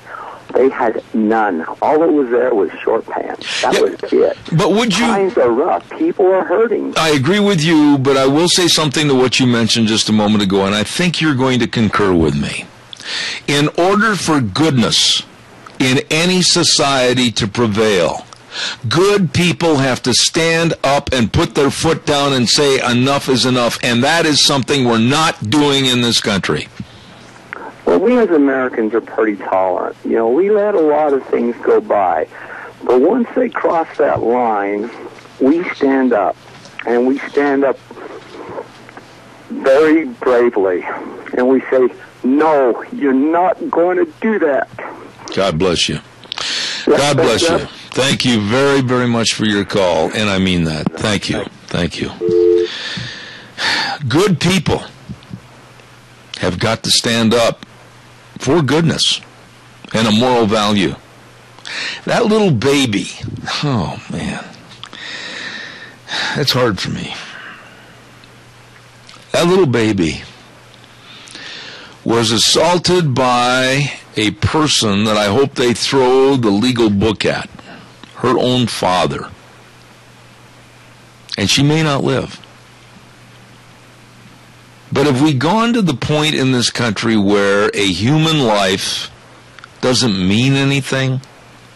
And a board of directors will pick up that little baby's file and say, oh, no, I don't think we'll let this baby live because there might be too much future damage and medicinal care needed. We'll just let her die. What kind of a society are we turning into? Caller, I certainly respect your call, and I certainly hope you'll respect me. I have to get this commercial in here, and I'll be right with you. Stay on the line. I'll be right there. When you think about life insurance, health insurance, retirement planning, employee benefits, think about the professionals that are serving you. Dean Cameron, Todd Siemens at Cameron and Siemens Insurance, Highway 24 in Rupert. They are very accessible and very devoted to serving you and everybody else. Please give them a call for an appointment today. 436-4424, Cameron and Siemens Insurance. Caller, good morning. You're on the air. Yes, good morning, Jeb. How are you this morning? A little upset about the topic that we just discussed. Go ahead, quickly. Okay. How many people out there do you think understand that the United States is rapidly going down the path of a third world slum? And if people don't stand up to what's going on, turn off the TVs, turn off the ball games, and let's get going. Call in your local talk show host, goes to the papers. Something's got to be done, otherwise we're going to be finished. Well, I just said, over the case of this little baby and the lack of respect for life in general in this country, that good people, you, Mary, myself, my wife, my family, good people have got to stand up and put their foot down and say, enough. Enough. We're not going to support the filth and the sleaze that's going on in this country, and we're going to fight back. It's come to that, Tony. It's come to that, and I see an internal war of values in this country, and good people have got to step up and carry the torch for what this country used to be. Well, too many people want to support the present administration we have because they want to remain on subsidies and welfare and food stamps and everything, and that's the danger we're going to be facing in a few months. I agree. Tony, always good to hear from you. Thank you so much. Okay. Thank you. Bye. I tell you what, that's a horrendous story about life and death, or life and not caring about our society, our children, or even our elderly. I don't want to meet the people that sit on one of these boards and make decisions as to whether this person lives or this person dies. What kind of a cold, callous personality would they have to have? I can't even think about it. Lee's Furniture, Floors, and More. They've got everything for you. They've got all your sectionals. They've got all the sofas. They've got all your carpeting. They've got all your dinette sets. They've got all the Bombay chests. They've got all your mattresses. They've got your power recliners. They've got all your recliners. Wow. Everything you need for your comfort and also the beautification of your home right there at Lee's Furniture, Floors and More. I am so proud to have them on the program, and they are the #1 furniture store by the Minnecasia Reader's Choice. You betcha. They are nice people. Lee's Furniture, Floors and More at 459 Overland in Burley. They're waiting right now to serve you. Stop in. You're going to love them. Lee's Furniture, Floors and More. Well, we're going to take a little break in just a matter of moments, and I want to remind you that coming up next hour, we've got Attorney Gail Trotter from Washington, D.C. We're going to be talking about Obama and the absolute destitute attitude that he is using to treat the presidency and what he's doing to affront us. We're going to talk about that in just a few minutes. And then at 10:30 this morning, Christine Harbin Hansen. It's kind of Ladies' Day right here today. We've got a whole bunch of really, really sharp ladies coming on and talking about various subjects this morning on Zeb at the Ranch. Like I said, we'll take a break for about 6 minutes, and I want to remind you again that we're going to be over at Ramsey Heating and Electric this Thursday for Patriots Day, and hats off to farmers. George Mass is going to be cooking breakfast over there outside the front of Ramsey's at 7:30 in the morning. Everybody be there. It's going to be a great day. I'll be back in 6. Oh my, welcome back. Hour number 3, Zeb at the Ranch on a Monday. What happened to the sunshine? Somebody put a cloud over it. My goodness sakes, it's a little gray outside this morning, and it's supposed to be sunny. Hey, the Chadwick Sports Grill, we're going to talk about the Chadwick in just a moment, but first of all, let me remind everybody that I've only done this program for 15 years. Our major sponsor is your Magic Valley Les Schwab Tire Centers, all 7 locations serving you, and then also some of our great sponsors and advertisers like Lee's Furniture, Floors and More at 459 Overland and Burley, and our friends at Western Waste Services, always at your disposal. Get on the route service today. Call 734-6969. Now, Zeb, it's time to talk about the Chadwick Sports Grill, 139 West Main in Burley, where they're special today. Roasted salmon salad with toasted almonds and strawberries. Ooh, comes with soup, and it is delicious. Roasted salmon salad. You're going to love it at the Chadwick Sports Grill. Great folks, great menu, great environment. 139 West Main in Burley. Real quick, before we get our guest on the phone, I want to remind you, too, Ramsey Heating and Electric can offer rebates on qualified Lennox home comfort systems, whether it's a gas furnace, an air conditioner, or a heat pump. You and your family will enjoy the comfort. And don't forget to call Ramsey Heating and Electric at 678-0459. And remember, at Ramsey's, they sell warm winters and cool summers and Lennox home comfort systems. There's a lady that comes on this program, and I absolutely enjoy every time she's on the air. She's very forthright and straightforward, and I have a lot of respect for her, and that's Attorney Gail is ready to go. Hello, Gail Trotter. How are you? I'm doing great. How are you, Zeb?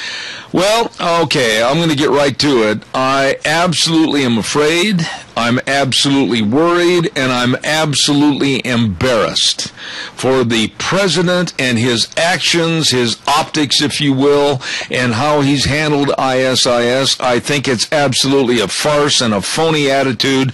Please tell me your thoughts. I completely agree. I've been following the news very closely, and I've been analyzing President Obama's statements and looking at all of the words that he has spilled over the past month, actually even going back a year when all of this heated up with the red line in Syria.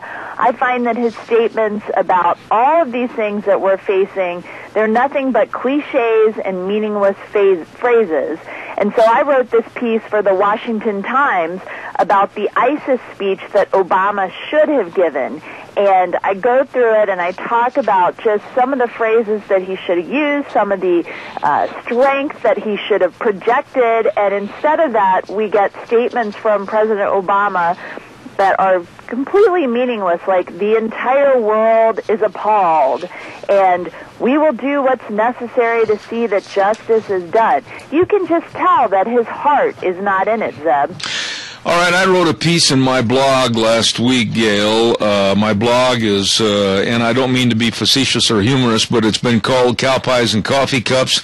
And when I looked into the man's eyes, I looked into his eyes, I saw a man that is afraid, I saw a man that's lost, and I saw a man that's very vulnerable, and I saw a very amateur man trying to do a job of a professional. Do you agree or disagree?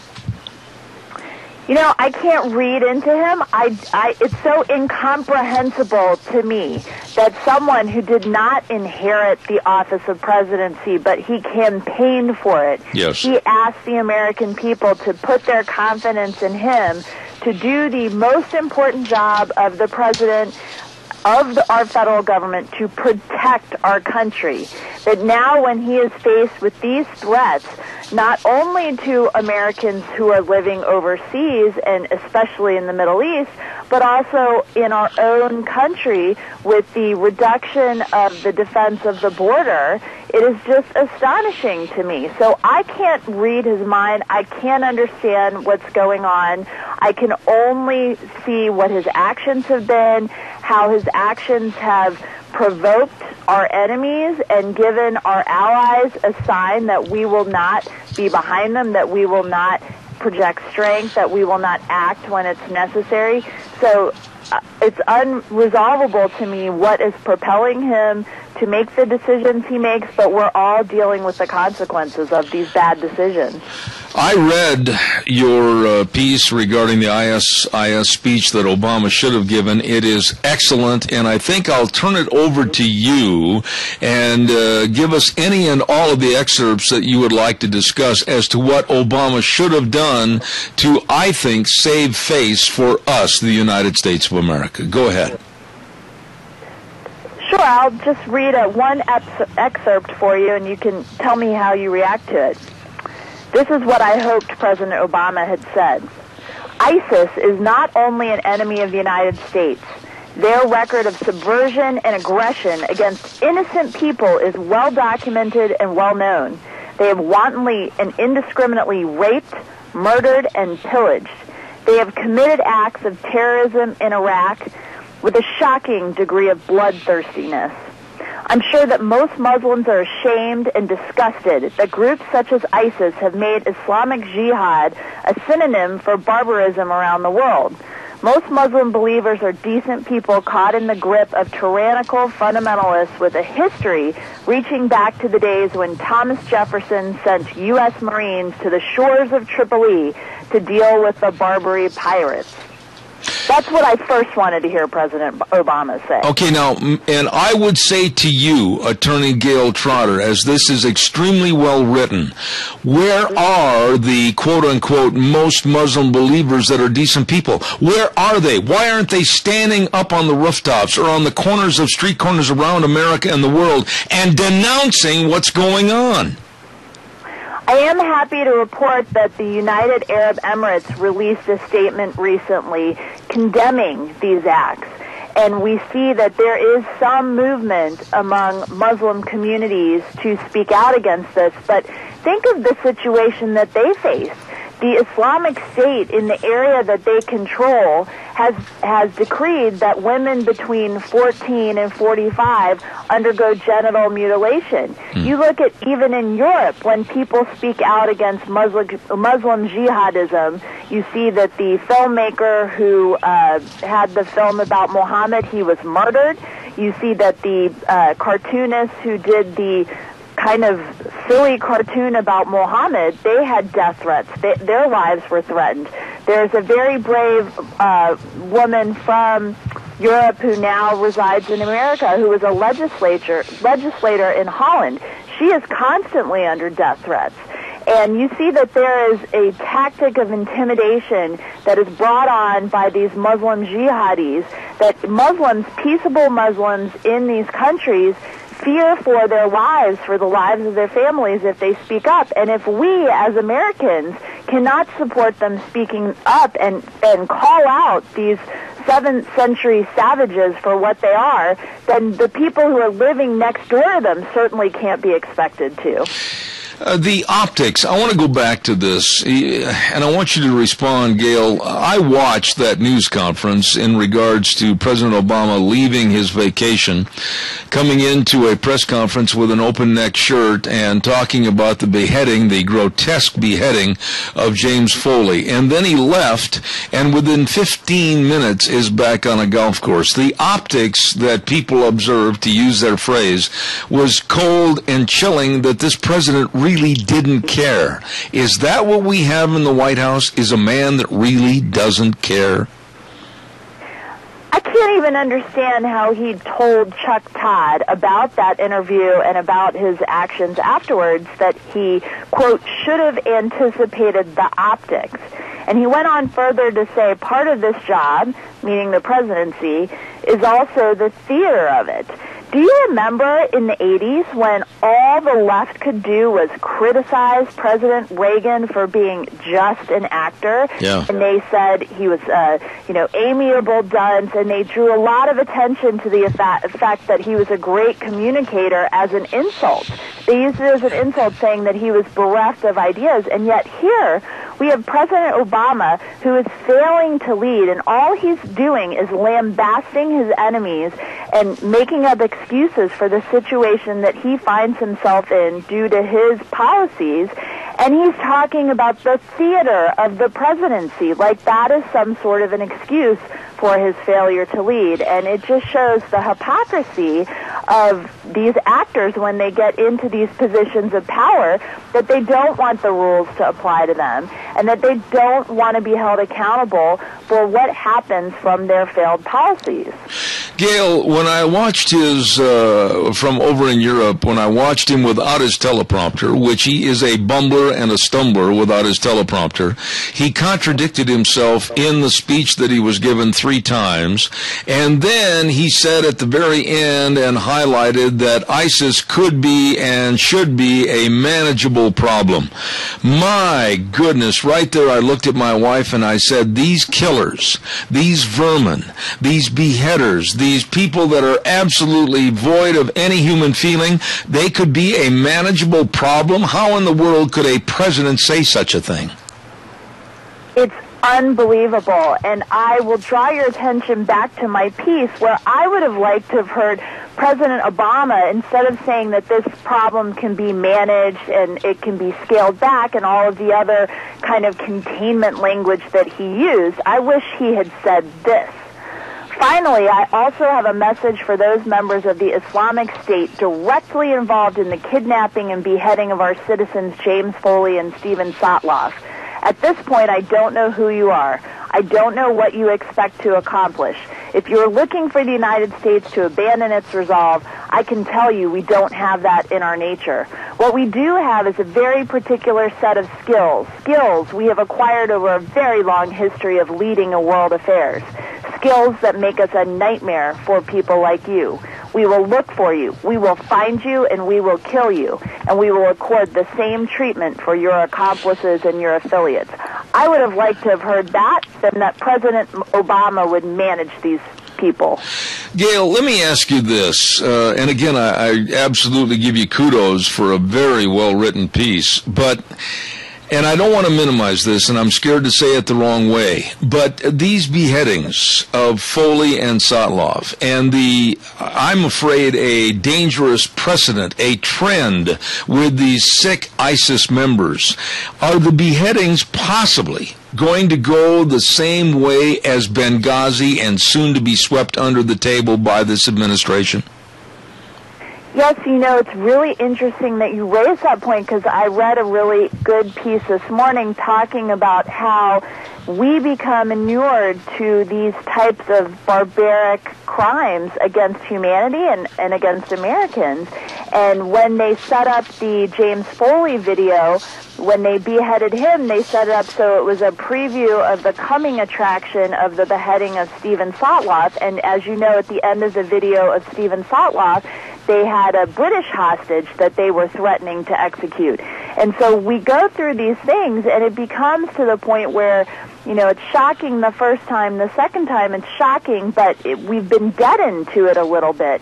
And so for President Obama to go out there and talk about how this is a manageable problem, in a similar vein, like you're talking about Benghazi or these other things, where in Benghazi we had the first ambassador, U.S. ambassador, killed in over 30 years, and I don't know how we didn't drop everything and focus on bringing everyone involved in that to justice and understanding what exactly had gone on and to make sure that would never happen again. And of course, the reason is there's a pattern in this administration of covering up things. We see this in area after area with the IRS, with all of the email going missing from the IRS administrators who were involved in the targeting of groups based on their political views. And we see this with the Benghazi as well because of the political firestorm that was generated by that right before an election. And I pray that these actions by ISIS will not be swept under the rug by this administration. And President Obama, in his statements recently said, on Sunday, he said, when you're president of the United States, you're not just dealing with the United States. Our inbox gets pretty high. And reading that and listening to him say that makes you think, wow, is he just cluing in after 6 years of being president that being president isn't just about managing the United States and being a global citizen, a citizen of the world? And it underscores, I can't understand where he's coming from, but he is not leading the country in a direction of hope and security. Gail, you follow this situation every day. You live back there. You know these people. You rub elbows with these people. But I've got to ask you this question. Is on the other side of the coin, away from Barack Hussein Obama, is Hillary Clinton that naive, or basically that stupid, that she would come out and say that climate change is the most dangerous factor that we're facing today and basically brush off and ignore the beheadings of Foley and Sotloff and the danger of ISIS and the Middle East? How could she be that naive?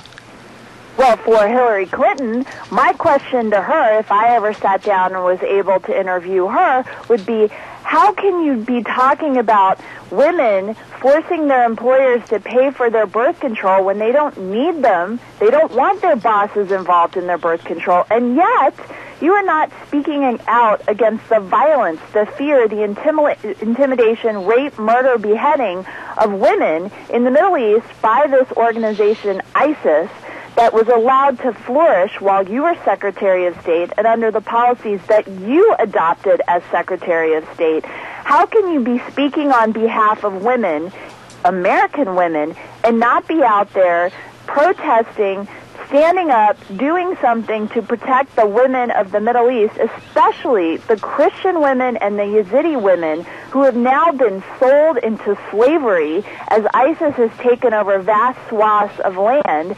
And how can we not be speaking about that? I mean, talk about the problems of the 1% or the problems of developed countries. How can Hillary Clinton look at herself in the mirror and not feel responsible for what's going on in the Middle East? Last thought here, Gail, I look at politics today as an old screen door on the back porch that has become unhinged and is laying on the floor. It's not doing anybody any good. I don't care if it's the Democrats. I don't care if it's Obama. I don't care if it's Harry Reid, Hillary Clinton, or the Republicans, as disjointed as they are. What in the world can the American public look to for leadership when we've got this kind of chaotic mess running our country? We have to go back to first principles. We are not a monarchy.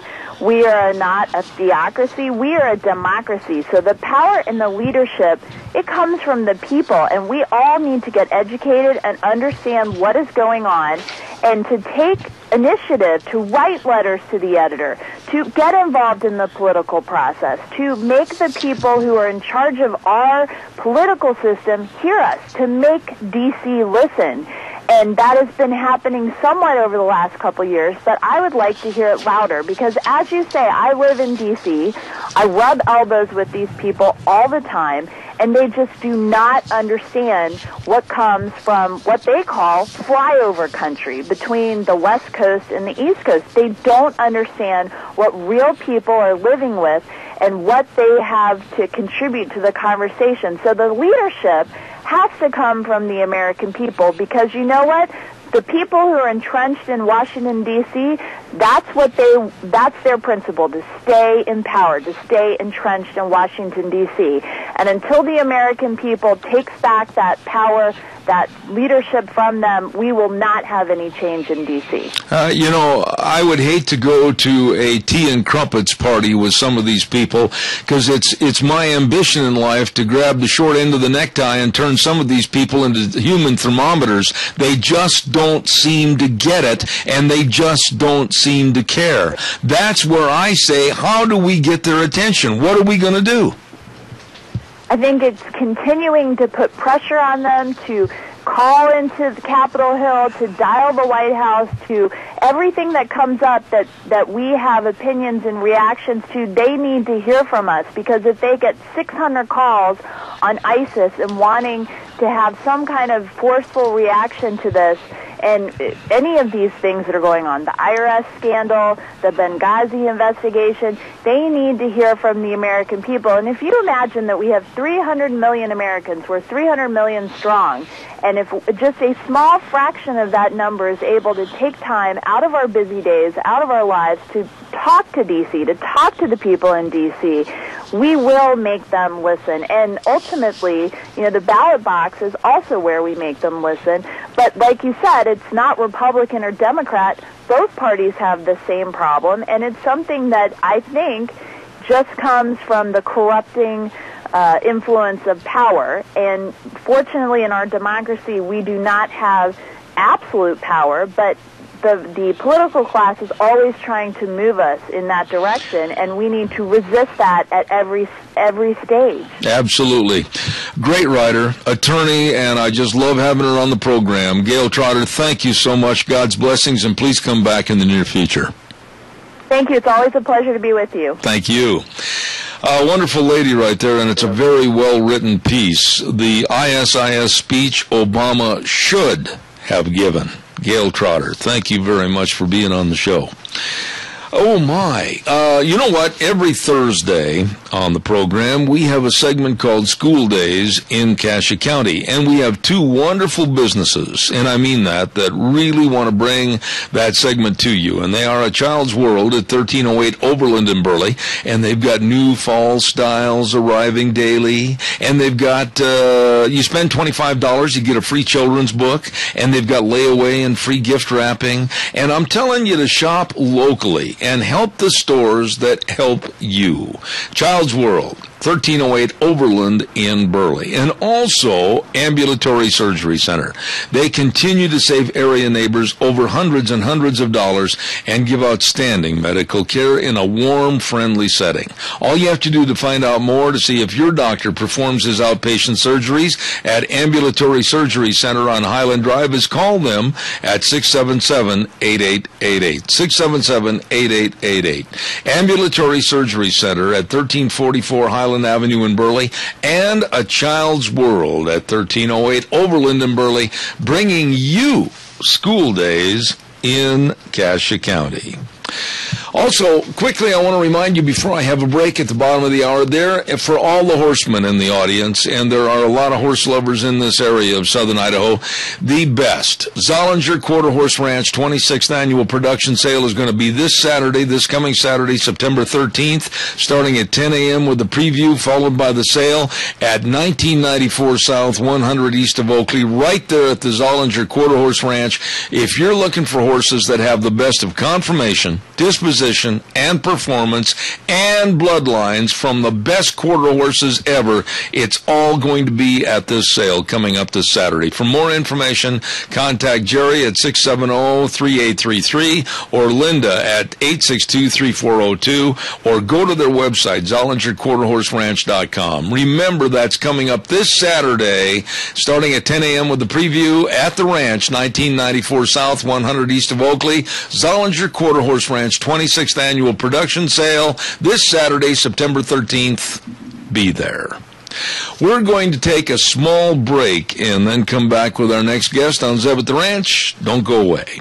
And now back to Zeb at the Ranch on AM 1230 KBAR. To reach Zeb, call 436-2244 or toll free 1-866-927-4587. And now, here is Zeb Bell. Oh, good morning. I almost said good afternoon. Wishful thinking, I guess, but good morning and welcome back. Last half hour of Zeb at the Ranch. And I also want to remind you, too, that Thursday we're going to be over at Ramsey Heating and Electric for our broadcast. We're going to be there all morning long. Early morning, George Mass going to be serving breakfast over there at 7:30. Come on by.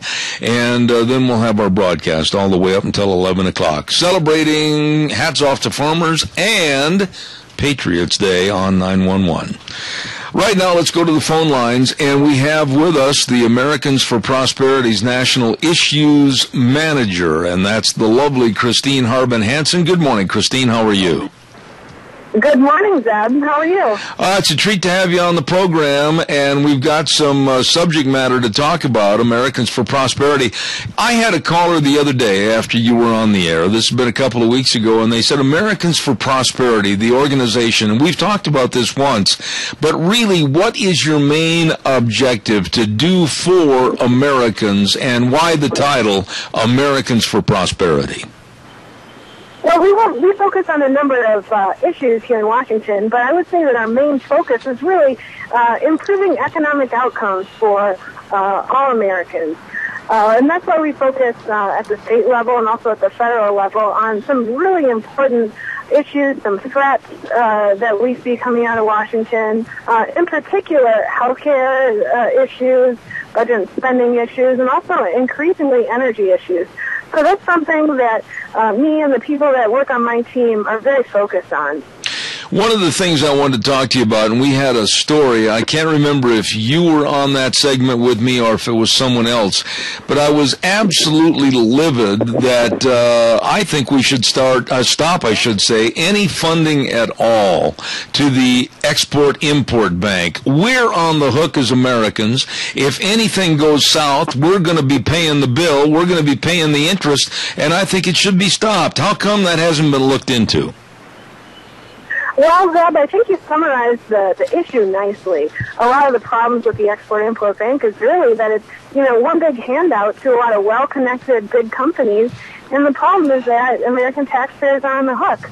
That's something that issue is on the forefront here on Capitol Hill as Congress comes back, and something that we're likely to see some movement on. I know that the Senate is poised to hold a vote on the issue on reauthorizing the Export-Import Bank later this month, and that's why it's so important to call on the House to tell them to stop this crony bank. And that's what we're working very closely with Capitol Hill offices on, and a lot of our coalition partners. So I agree with you, Deb. It's a very important issue. Do you think it can be stopped, or will the likes of like Harry Reid and others kind of whitewash it and gloss over it to the point where they scoff at the American public and we still are on the hook for the money? Well, I think there's little hope in the Senate right now. I think that vote, if Harry Reid schedules it, is going to sail through easily.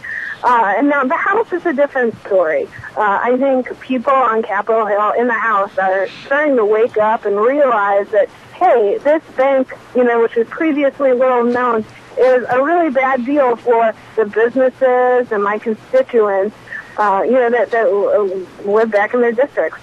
So I think people are starting to wake up, and I think that message, thanks largely to Americans for Prosperity activists, is starting to get out. I hope that it won't come to the fore. I think there's a lot of other implications, though, with what's known as a continuing resolution. We may see this big spending package come up and the Export-Import Bank reauthorization gets tied into it. I see. Christine, I don't mean to make this sound like a farce or a comedy story, but it's the way I feel. The way the EPA has expanded its power and the way that they want to put their thumbs down on almost every single American and take over private property, etc., I maintain that each one of us should take a little sand and bucket set from our children and go out and dig a little bitty pond in our backyard and fill it with water and scoff and bend our noses at the EPA. They seem to be wanting to control everything. Civil disobedience. That's what I like about your plan to put a little pond in our backyard. So I agree with you, Zeb. I think it's really important to highlight all this federal agency overreach that we're seeing from the EPA right now. We see the EPA bureaucrats who are unelected and unaccountable to a constituency make these big rules that, really have a direct impact on our energy bills and also the taxes that we pay.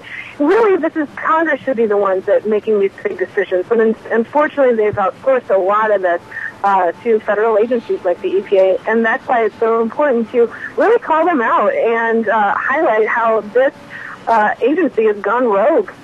Let me ask you, though, Christine, and why aren't you and your group, Americans for Prosperity, why aren't you beating on the door of every congressman and senators and saying to these people, man or woman, how could you be so stupid? You never gave the powers through Congress to the EPA. You let them assume the powers of being punks and thugs. Why aren't you cutting back on these people? They're crippling the American economy. Why isn't this being done? Well, then we're doing all we can do. I mean, we have actually tomorrow afternoon. We have a hailstorm scheduled, so we're taking hundreds of folders up and with some AFP materials there and delivering the message of this is AFP's policy position. This is something that Americans for Prosperity activists find very important.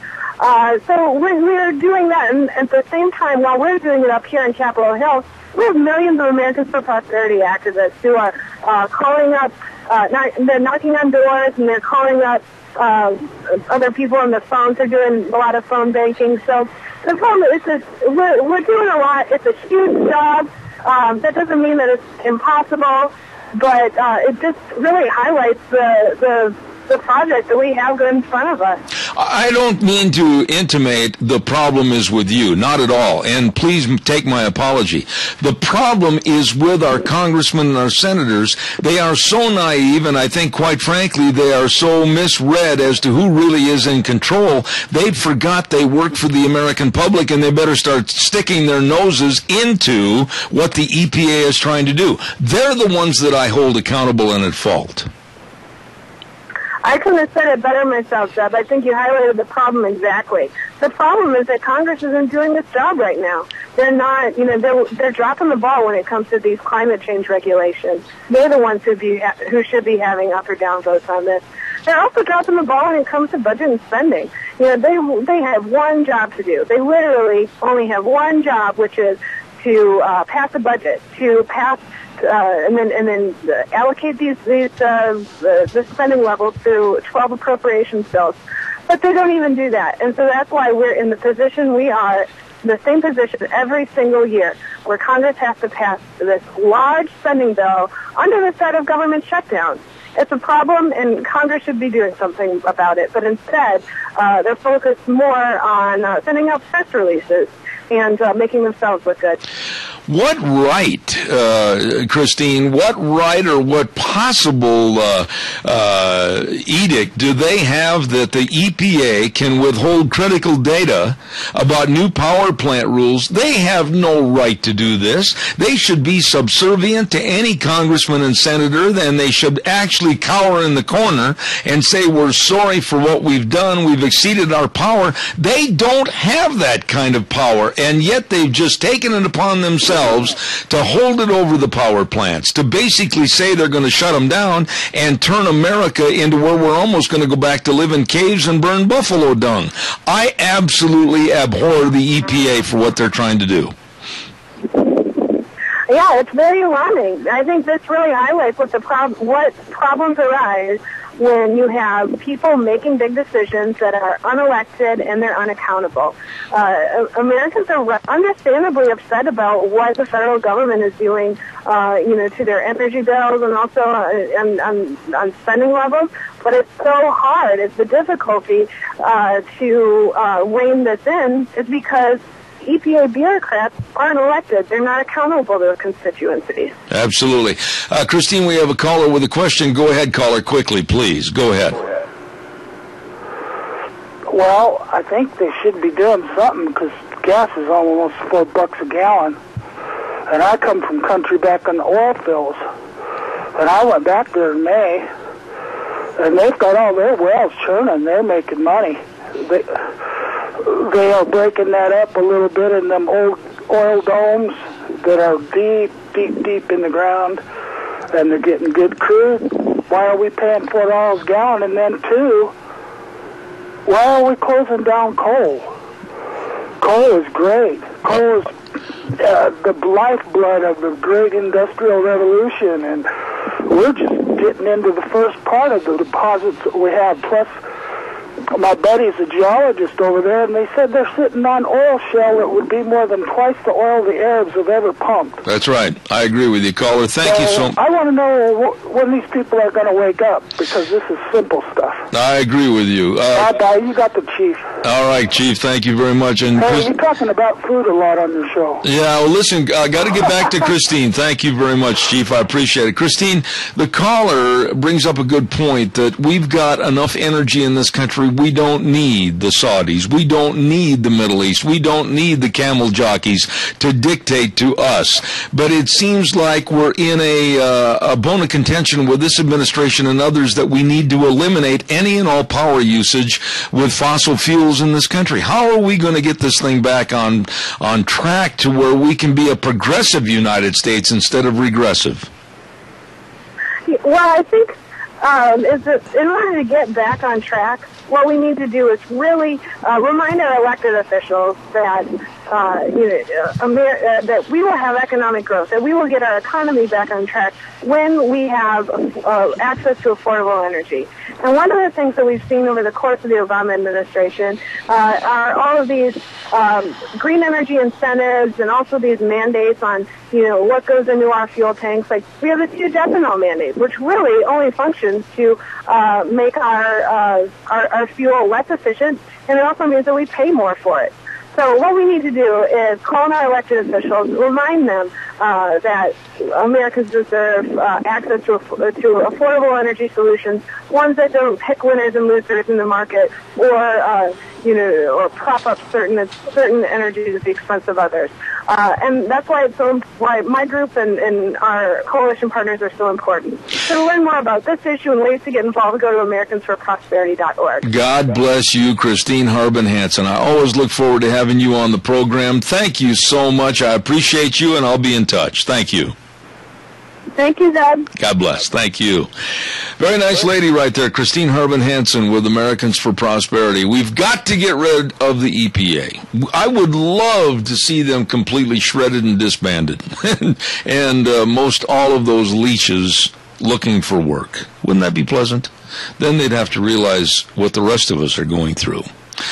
We've got to have a weather update, and the weather update for this half hour is brought to you by Scarrows Meats, 331 North Road, Jerome. Oh my goodness, great people, your hometown meat cutter, locally owned custom meat processor for over 20 years. And it's true, Don Scarrow was on the program with us, and they guarantee everything they sell, delicious, delicious meats. Please take my word for it and give them a call, 324-7657. They are selling taste, one bite at a time. Scarrows Meats. Here now, Michael Rogers weather. Hello, everyone. Michael Rogers from Zeb of the Ranch, sitting up here looking at this gorgeous harvest moon. Going to see a lot of that this week. Nice week to start the weather off. Sunny all the way across the board till Friday. 85 to high today. Cool off tomorrow, but a lot of sun, very little clouds. That situation again where there's really nothing to talk about. It's just going to be sunny and nice, and that's nice. Enjoy the weather. It's the only weather you got. Thank you, Michael. MichaelRogersWeather.com. Brought to you by Scarrows Meats, 331 North Road, Jerome, 324-7657. Yes, sir, they are selling taste, one bite at a time. Caller, good morning. You're on the air. Good to hear from you. Go ahead. Hey, Zeb, I'm a repeat. I'm sorry, but your guests today have just been so fantastic. They just keep provoking thought in my mind. You know, we have to help our politicians grow a spine.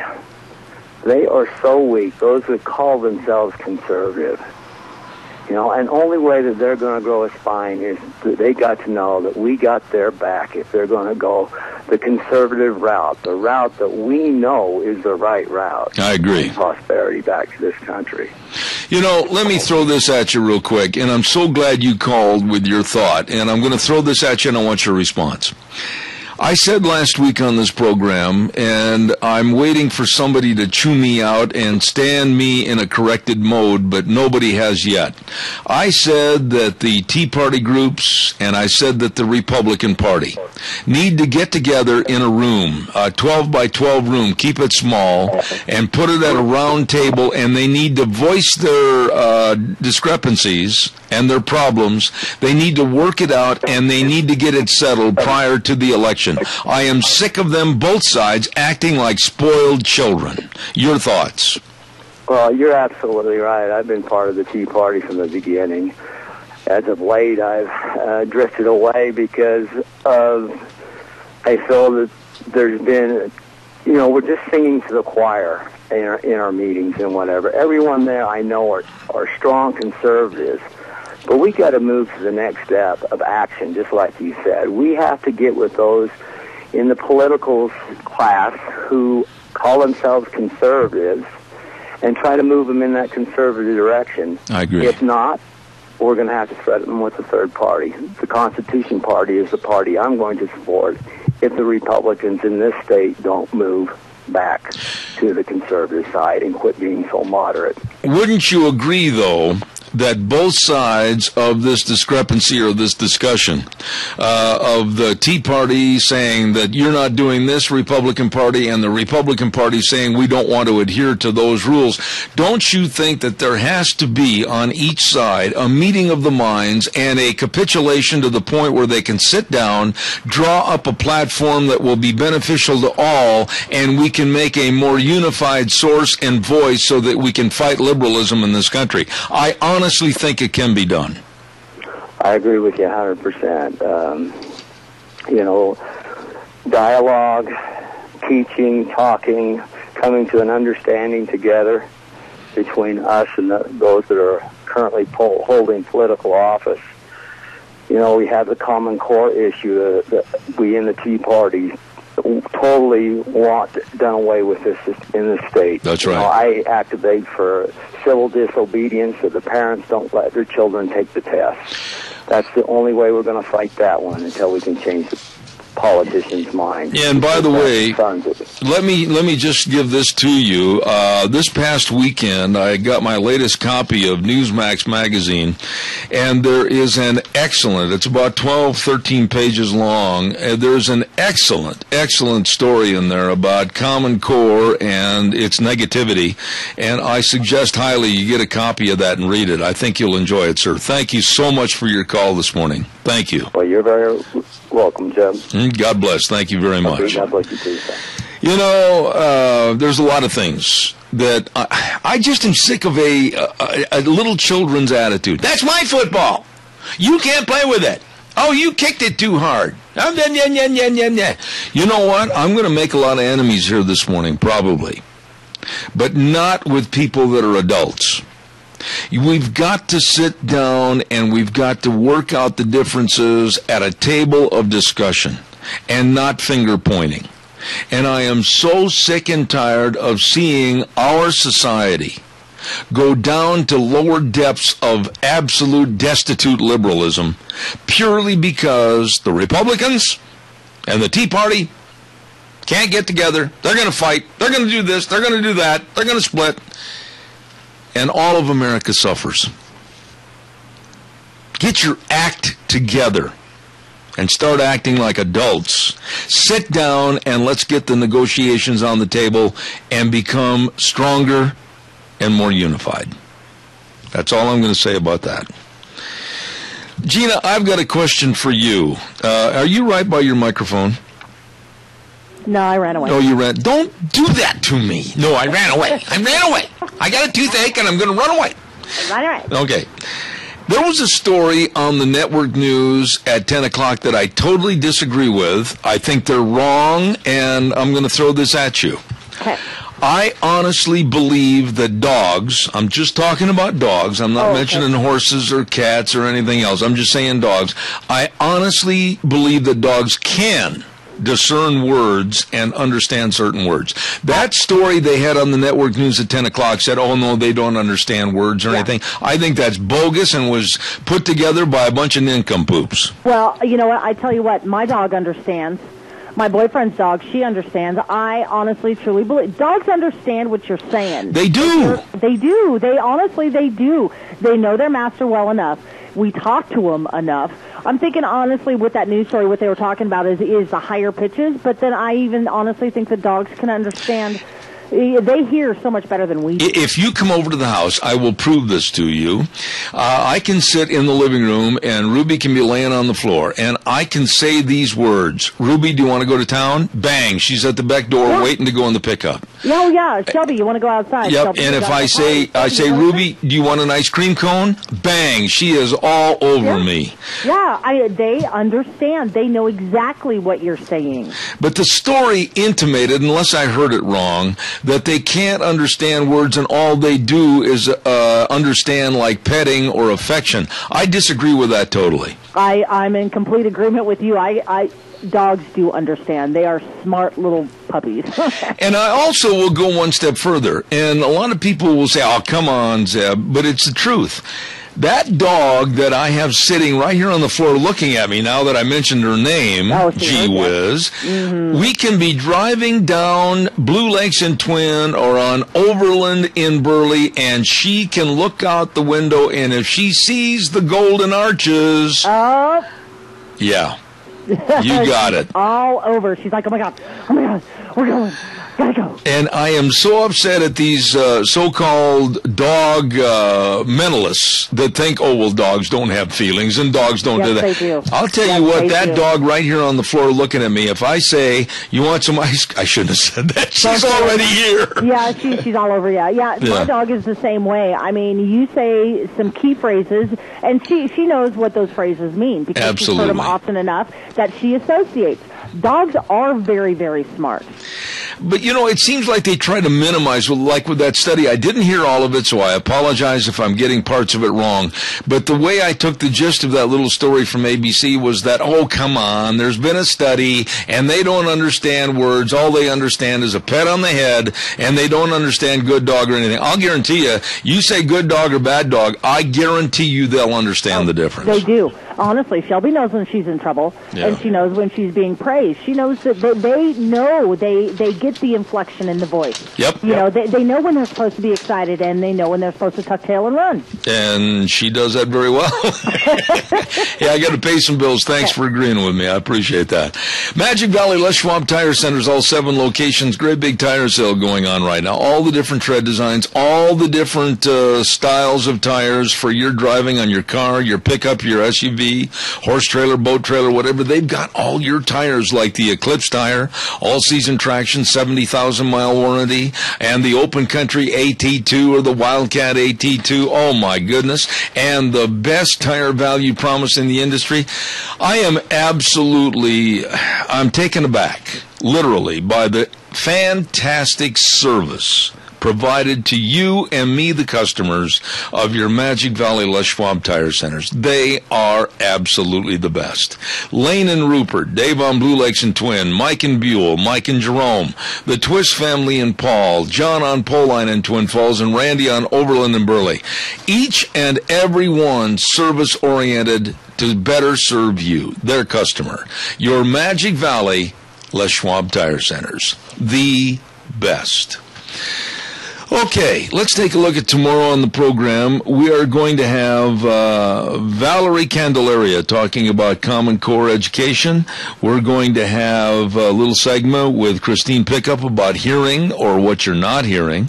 We're going to have Dr. History on the program, and then we're also going to have Bill Jacobson from back east in Washington, D.C. on our program. So we've got a lot of big people coming on the show tomorrow, and we invite you to tune in at 8:06, Zeb at the Ranch. God bless you on KBAR 1230, streaming live on the internet, zebbell.com. The way things were, the way things ought to be. We'll see you tomorrow.